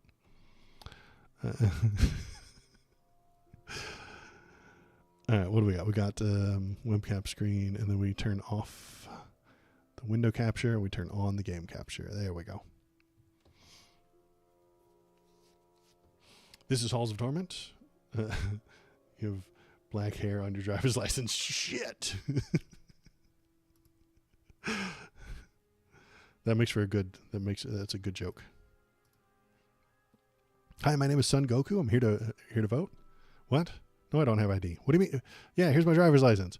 Oh, I have black hair on my driver's license, so you're not letting me vote. Okay. Well, sounds like a scam. Oh, wait, I have to turn that off, or it'll stay on. Let's turn that off. Let's go over here to webcam screen. If you're watching, if you're paying attention, hop in the chat. Tell me what you're thinking. Tell me what you're feeling. Exclamation TTS to get the TTS going. I'm going to turn the volume up a bit, so maybe the TTS messages come through. The Vintage Story looks like a good game. I don't always have the time for it or the money for it, so maybe I just play the games I have. So. I might get into Vintage Story later. At the moment, I don't have a whole ton of time, but I might. It seems interesting. A little bit complicated. Because, yeah, last night I was watching you guys play while I was typing up all of today's scripts. So I might just watch you guys play it. What is the quest that I need to do? I need to collect the cracked ember eyes. I remember this one. So... what character do we need to take? We need to take a character in there. We need to pick a person. We did Warlock last time. Let's just do the Exterminator. Just for fun. Haven't been an Exterminator in a while. And he's got a cool Plague Doctor mask. Got Ring of Fire, good. Band, Running Shoes, no. Want the fire boots. Fire thing. Do we have a chest piece that does fire? No, but we got that. Okay. Ruby circlet, burning enemy, 1 damage. Yeah. There we go. We're all fired up. It is a little bit complicated. Yeah. Who was playing what and where was I? Shinsinto on our personal thing. It was a game. It's called Vintage Story.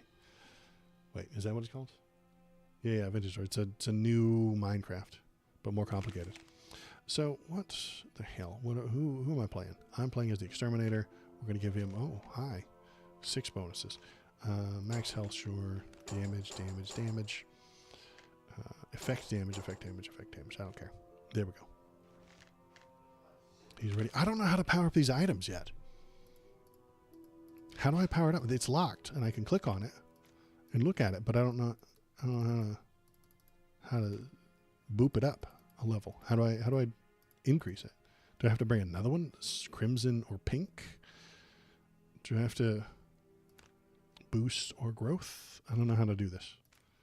I don't know what you're doing with me here. May wisdom guide. Anywho, we're going to dive in. We're going to look for these 2 cracked items. Now, I found one. Is it the Haunted Caverns? No.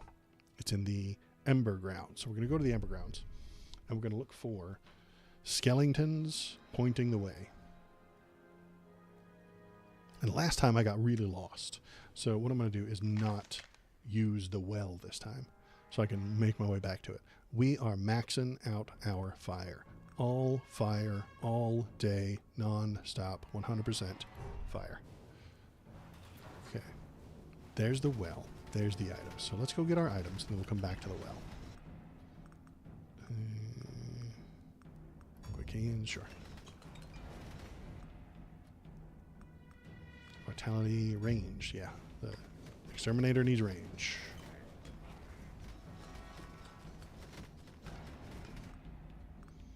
Let's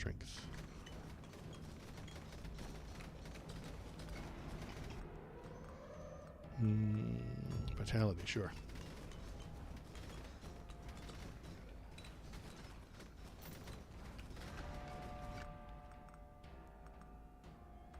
Cams, there we go.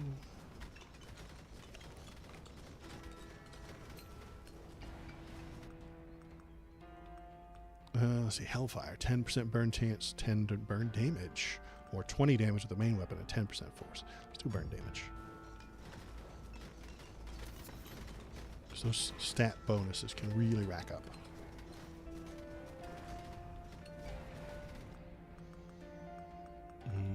Vitality, sure.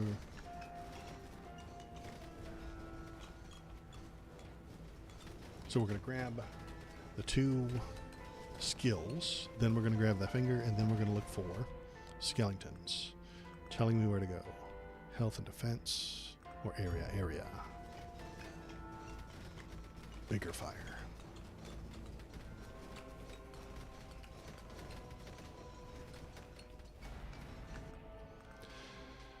Health and defense or area. We'll get health and defense this time. We did area last time. Gotta be a well-rounded character, you know? Even though we're maxing out all fire all the time. Range, yes.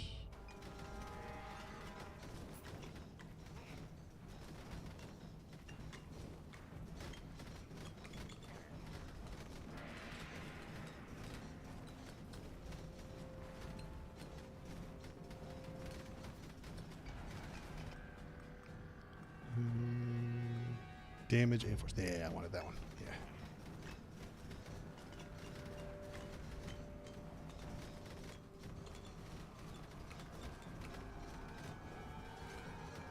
Oh no, a gargoyle. I'll just burn him to death.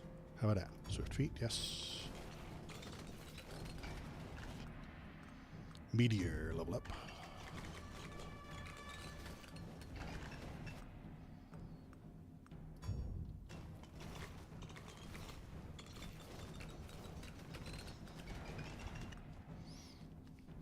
Hellfire, yeah.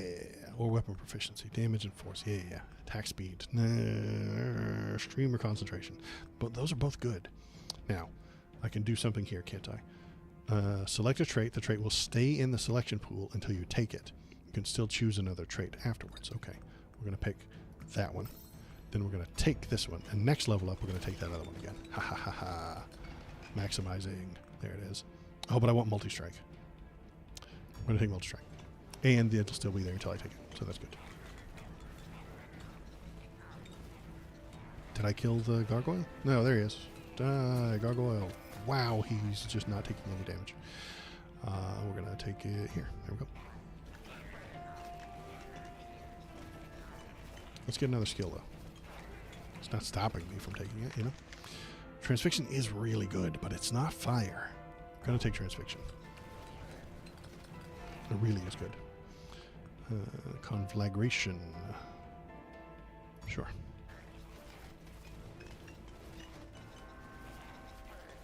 We're going to make our way towards the other scroll. It's 800 meters away, way over there on the left. We're going to kill this boss on our way. There's a scroll. Dragon breath is fire. Hell yeah, more fire. I came into hell and started burning everything down. Takes some big balls to walk into hell and start burning everything. Alright, here we go. Okay, I'm taking a lot of hits. Way too slow.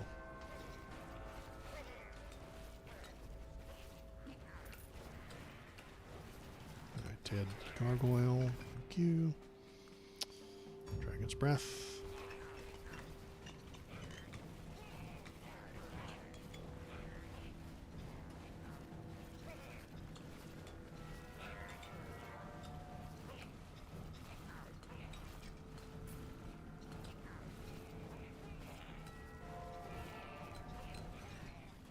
There's a piece of cheese, thank you.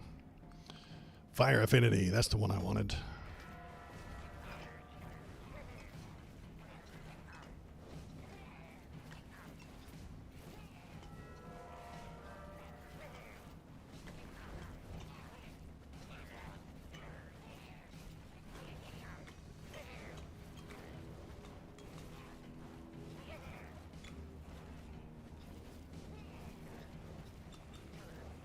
Alright, imps.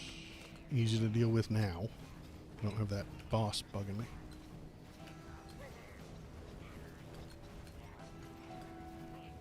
Potion, hell yeah. Is there another boss incoming? Because all the enemies disappeared. No, slime time. It's poop time. Those little poops. Dragon's breath. Little poops.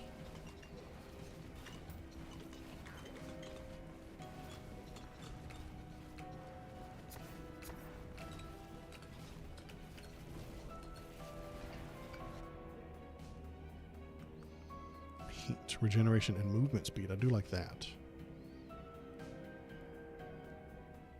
You know, I never use these things. I should use them. We're going to take a quick hands.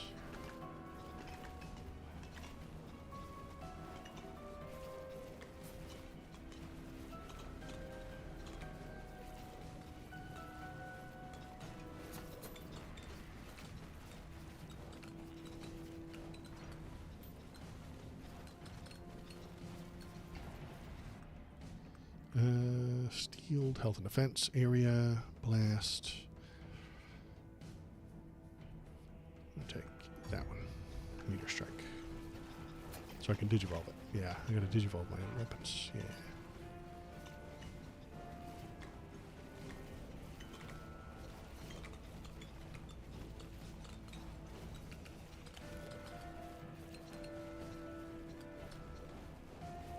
Wait, where'd my scroll go? Did I lose it?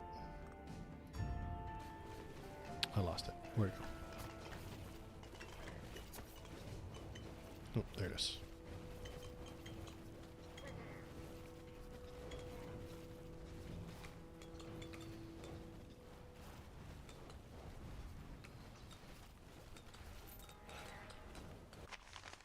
Hail, that's ice. Get wrecked. Get out of here. What's ice? Burning craters. Digivolved our meteor. I think it can digivolve again. Look at all this. This is great. Damage and force, yeah.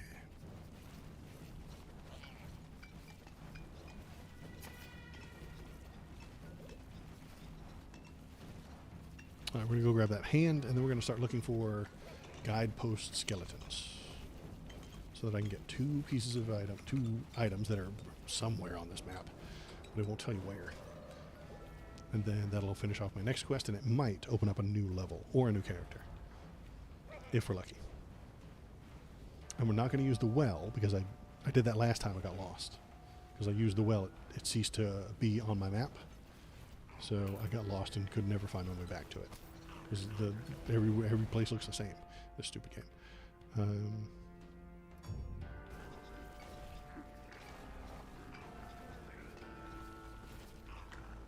Hey, it's a boss.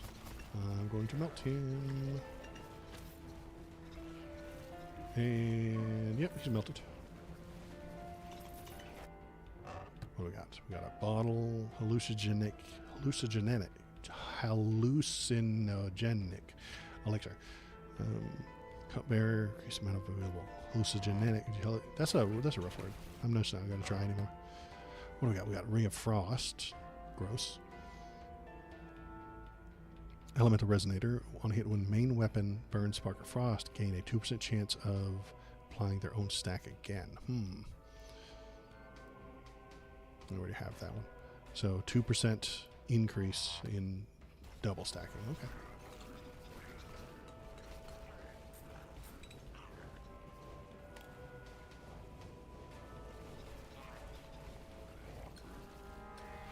Oh, there's a finger.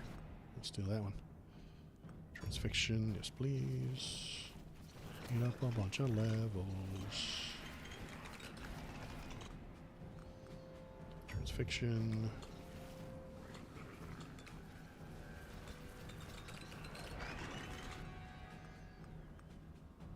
Fire affinity. Dragon's Breath to 3.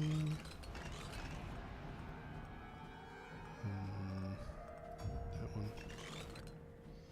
Transfixion to 3. Meteor strike, vitality, thick hide. What are we gonna do? We're gonna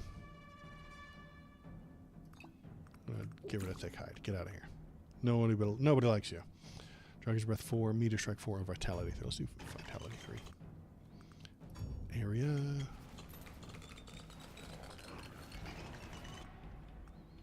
Strength, yes. Multi-strike, better.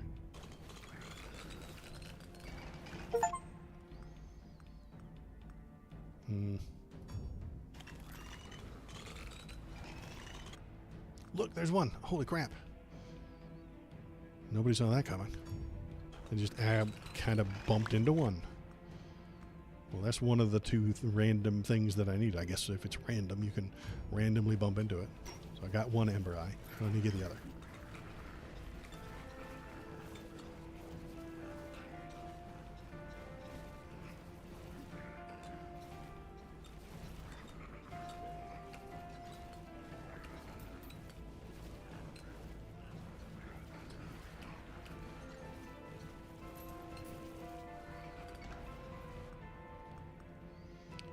Dragon's breath, meteor heart, dedication. Let's do that one.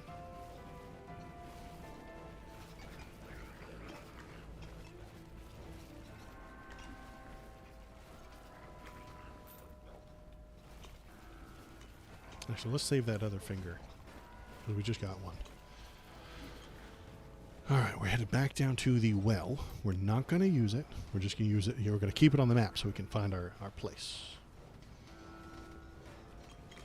In case I get lost. Or follow the wrong skeleton. So, let's go. 100 and things to the south. Oh, the giant poop. Oh no, it's giant poop time.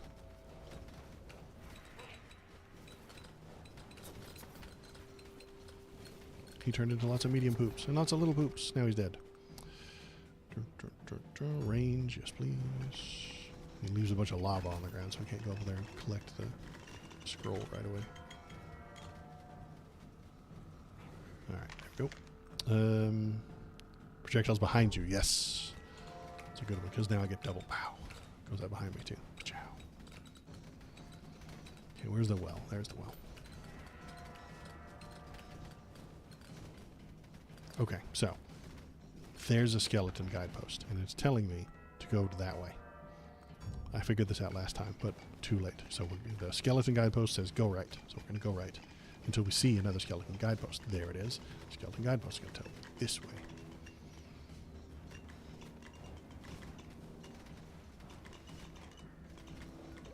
Skeleton guidepost says go this way. Okay.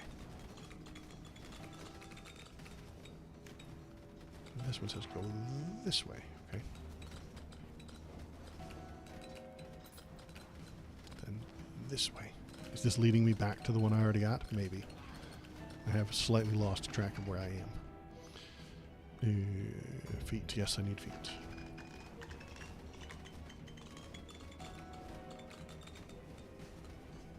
This way. And it's the one I already got. Okay, great. Now, go back to the well and look for a different skeleton, which is what I tried to do last time, but dicked up because I got lost. Couldn't find the well again.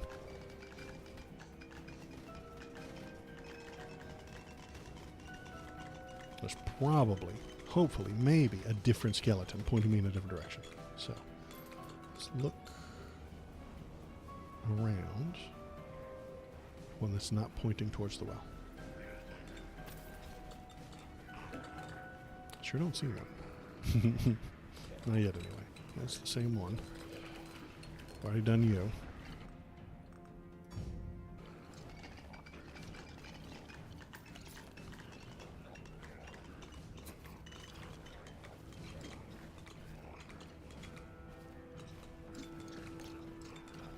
There's one. Okay, there's a skeleton. Tell me to go this way. If it takes me back to the well, I'm going to be very upset.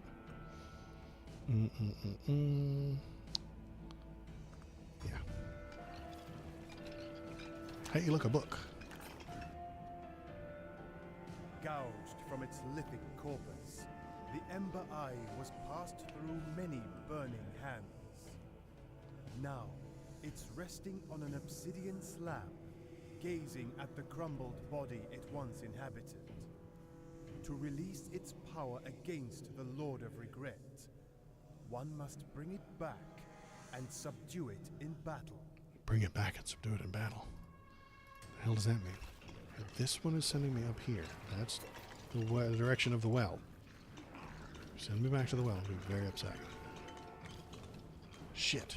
This is the well again. Bastards. Okay.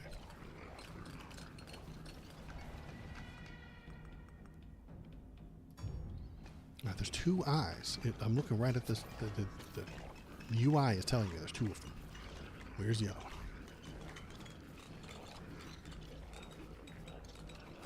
Because I can't follow the skeletons backwards. I tried that last time.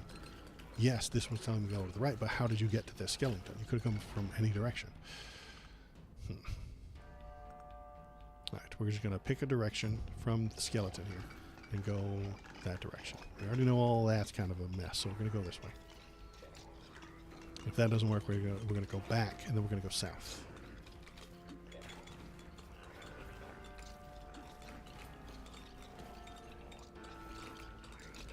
Okay, no skeletons here. Okay, so we're going to go back, and then we're going to go to the skeleton again, and we're going to go south. Maybe we'll find a skeleton pointing towards that one, and we can kind of reverse engineer this shit. Or maybe not. I don't know. I don't know how else to find the damn thing. Other than just randomly bumping into one.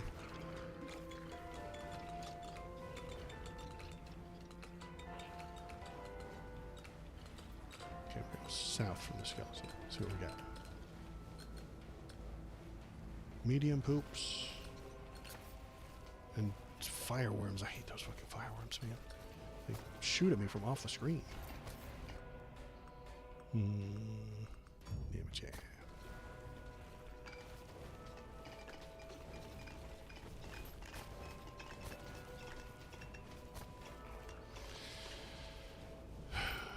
Don't see any skeletons down here.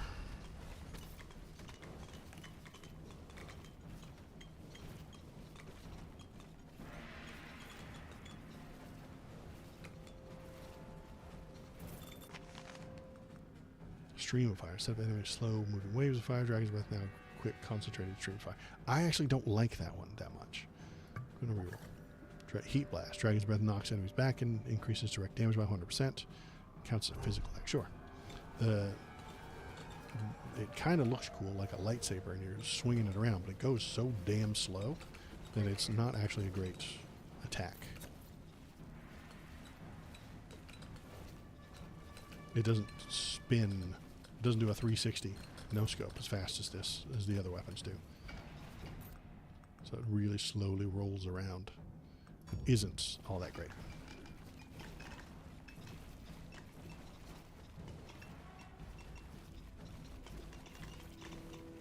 Here's our skeleton again. Okay. We've been south, we've been west.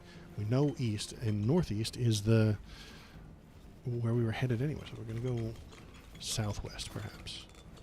We'll find another skeleton, maybe? I don't know.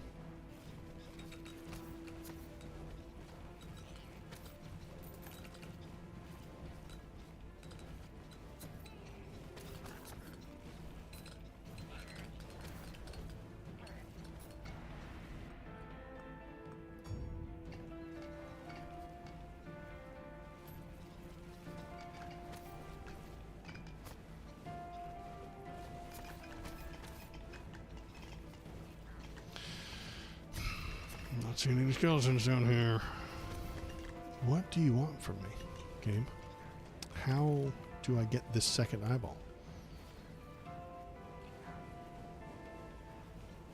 Did I just randomly stumble upon a different skeleton pointing the way? The little booklet gave me a hint, maybe, about fighting it, but how I fight it doesn't make any sense.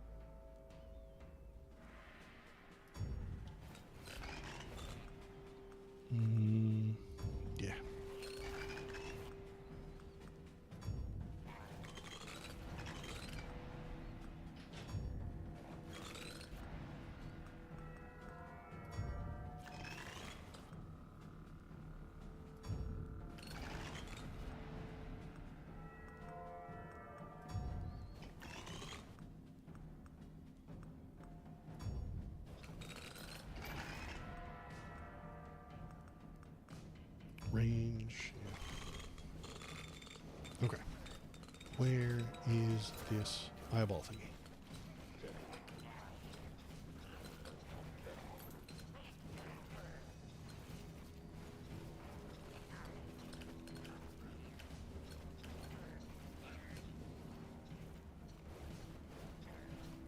I'm gonna go. Yeah, maybe I'll just move northwest. Just pick a direction and hope for the best. I tried making sense out of it, and that didn't work.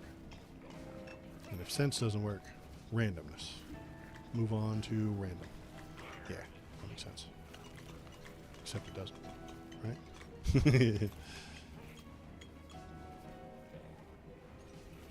If you did everything you can to make it work and nothing makes sense, just pick something at random.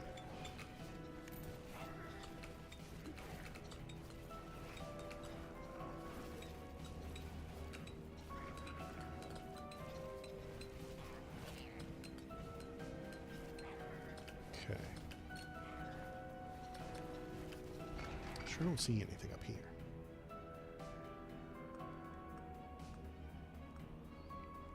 Banishing this one because I never like it.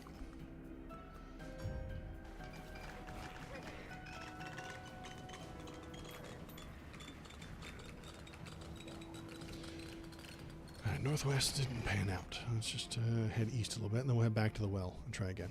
Something maybe. Dragon's Breath 6. Attack speed or range? Yeah, range. And they can all digivolve again, so that's good.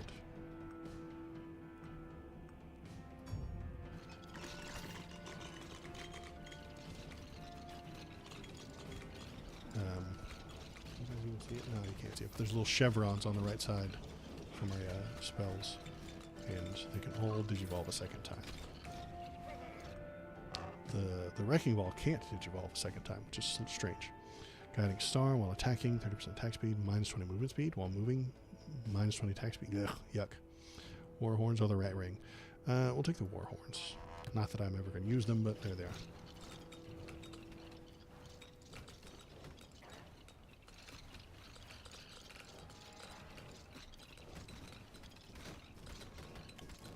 Hey, look, a boss. Hey, look, he melted. He's dead. There we go. Can we digivolve? Oh, Flame Strike. I don't have that one. But I do. No, I don't want Stream of Fire. Blech. We'll take it Flame Strike. More fire skills. Only fire.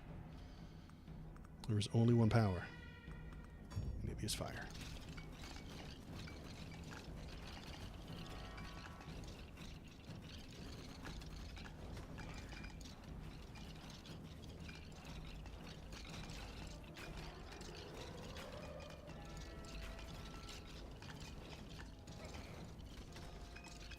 Oh, I must have looked 300 away from it. I killed a boss by accident somehow. Didn't even see it. Weird. Let's get Flame Strike to level 3 before we pick it up, though. Maybe. If we're lucky.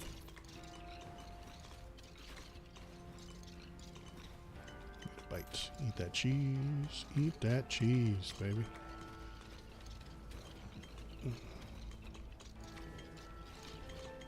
Floor chickens. Delicious floor chicken. Okay, so what? Vampire Survivors got an update on Halloween with a bunch of Castlevania stuff, and I will do that. But it didn't, thank God, take away my blue ribbon. So I still have all the achieves, and that's all that matters to me, really, honestly. Is that I keep that blue ribbon. It's the only blue ribbon I have on any Steam game ever. I never get all the achieves for any stupid game. I usually don't even pay attention to them because they're mostly garbage. You know, do you guys even give a damn about any achievements in any video game? Half of them are just create character. Blink, blonk, you did it. You created a character. Bink, you've completed chapter 1. Bleep, you completed chapter 2. Bleep. Congratulations, you clicked the A button one time. They're mostly worthless.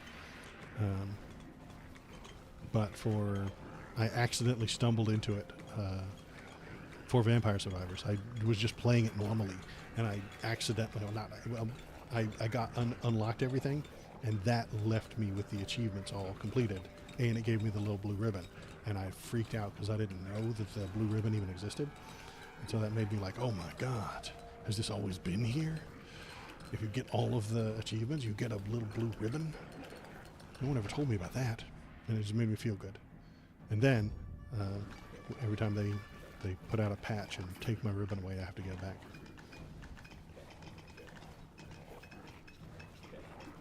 Okay, well, we're back to the well. What if we keep following the skeletons after we pick up that first eye? Maybe there's another one. Maybe it's a path that I have to keep walking. I gave up only halfway through.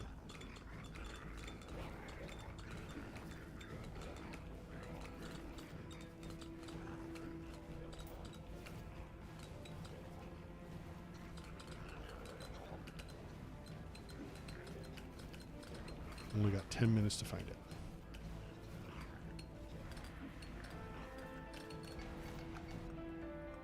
Flame strike, yes. Okay, now, is there another skeleton there? Let's keep going from there, from that little plinth. Okay. No. Don't see another skeleton. This side, okay. We're going to go back, and then we're going to go north from the plinth. Because east and south is pretty much where we've already been. So we're going to go north from the plinth. Place where we got the last eyeball. Okay, here it is. Can we please have another guidepost? Please. Please. Damn it. What the hell? Am I just random number? Am I just picking random directions that happens to be wrong every time? Is it the simplest thing in the world and I just keep dodging around the damn thing because I'm bad with directions? Just born unlucky? Yeah,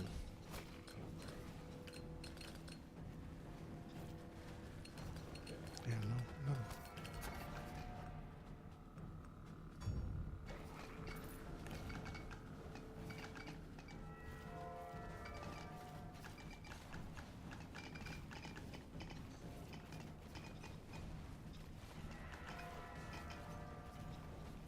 Wait.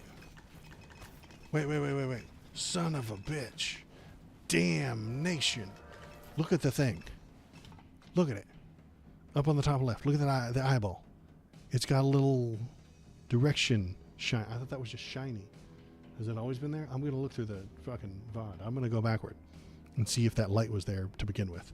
Because now I've got something to aim for, maybe. Unless I'm imagining it.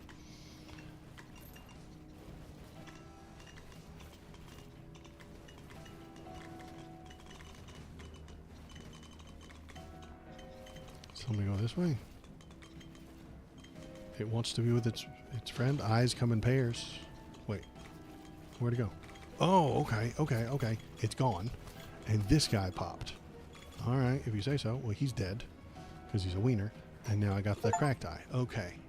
That was weird. You have to just stand in one specific tiny little spot. All right. Fine, game. I guess we did it. We did it, everybody. Hooray. A little bit anticlimactic, but we got it.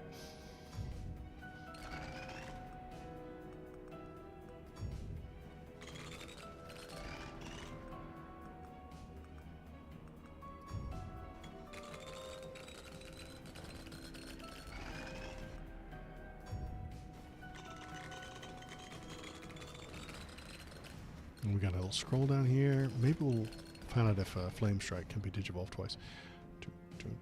9.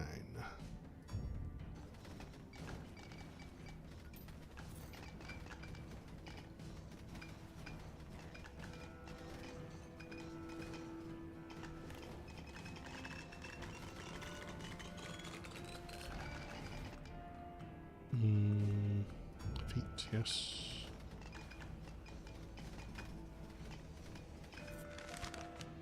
Orbs, Kugelblitz, or scattered debris. Let's do scattered debris. Fire only.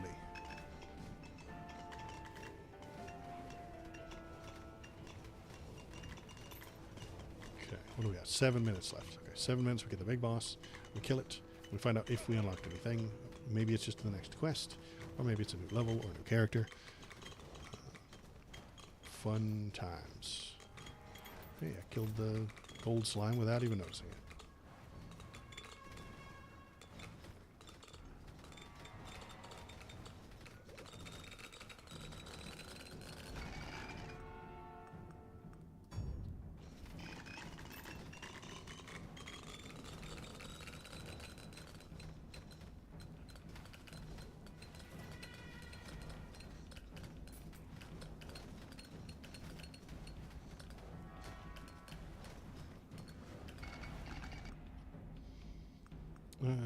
Transfixion to 9? Yeah, let's do it. No, you can't triple digivolve them? That's too bad.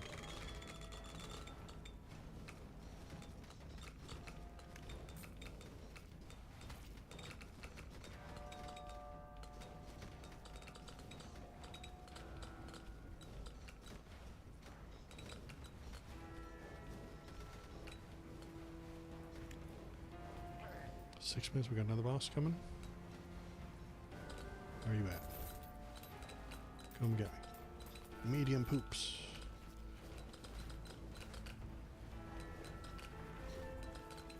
Burn the medium poops. Not afraid of medium poops. Slightly afraid of the lava they leave on the ground, but that's different. Oh, we got some poison poops now. Yeah, we got poison slimes. Oh, let's go hit the well now that we can send some stuff up. Let's go to the well.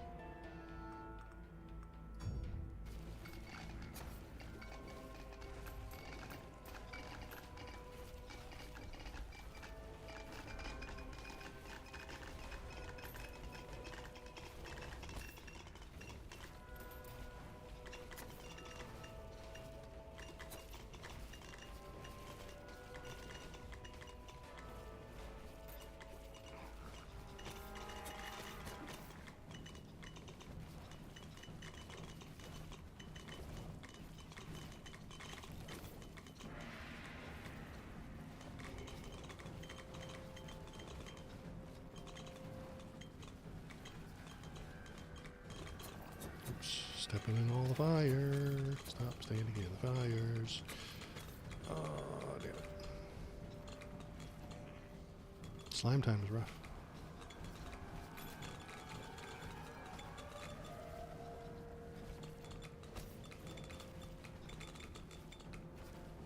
They keep getting in my way. I'm trying to get to the well. Get out of the way, fools.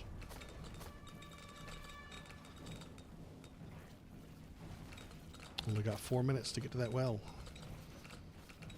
Should make it. Shouldn't be a problem. Ooh, wall. Got another boss? No. It's changing shift change. We got skeletons and ghost skulls. Not afraid of those. There's the well. Hello. Thank you. We're going to put the bottle in there. We're going to send that up. Oh, we get another one. We do. We're going to send the resonator, and then we're done. All right. Then we just burn everything for the next 3.5 minutes.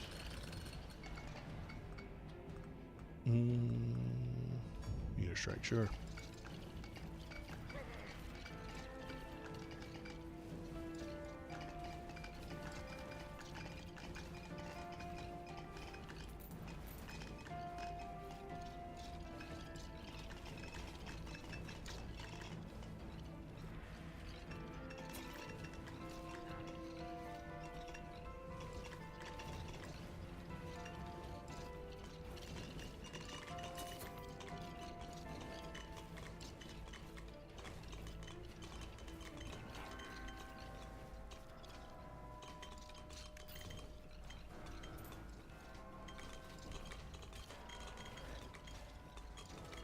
All right. Nice and easy. Look at the size of that dragon breath. It's huge. Bro. Takes up half the screen. Alright, let's go find another finger to grab so we can just really max out our level. What are we at? 86 right now? 86 is very high.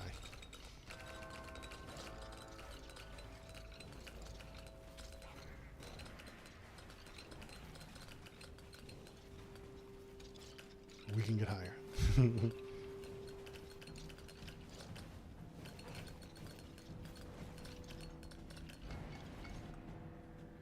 Dragon's breath, baptism, sure.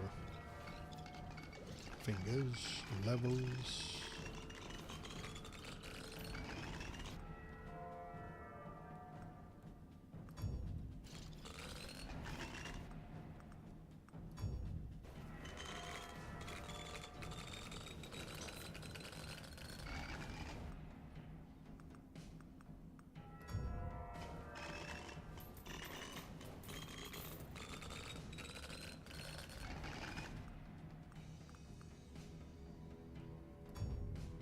I should have picked Swift Feet, didn't I?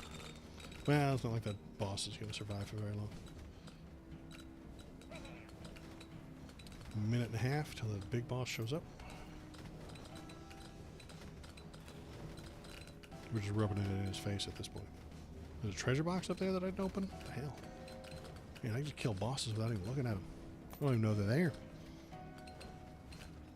I think I can make it. Imp bombs are actually kind of dangerous. Hey, speed boost. Gotta go fast.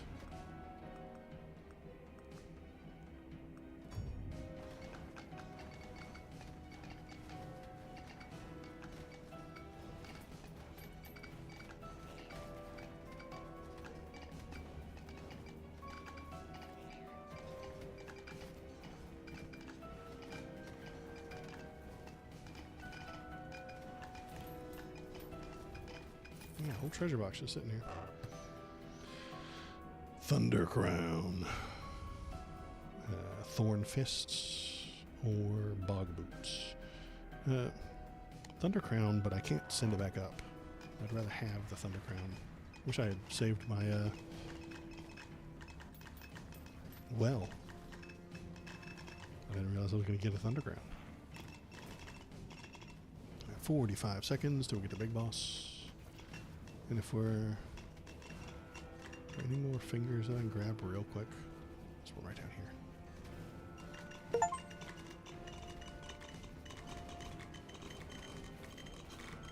So we can really rub it in on the boss. He does not stand a chance. He just doesn't know it yet. I don't need any of that. We'll do force, whatever.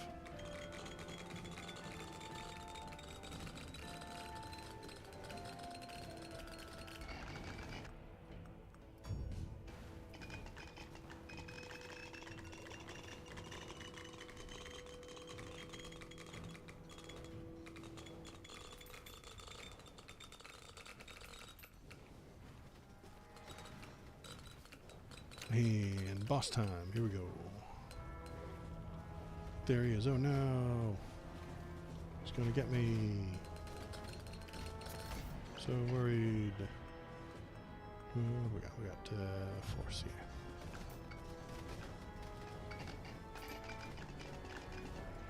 And he's already below half. And he's below quarter. And he's dead. Burned. Alive. Burn. I'm using my burn powers that I have. Is that your burn powers? Good job. Those are my burn powers that I have. Okay, good. Thanks, kid. We did it. We survived the Ember Grounds. Okay, great. What do? We got DPS. Oof. Maximum damage. Yeah, this was burn damage, 13 million. Great.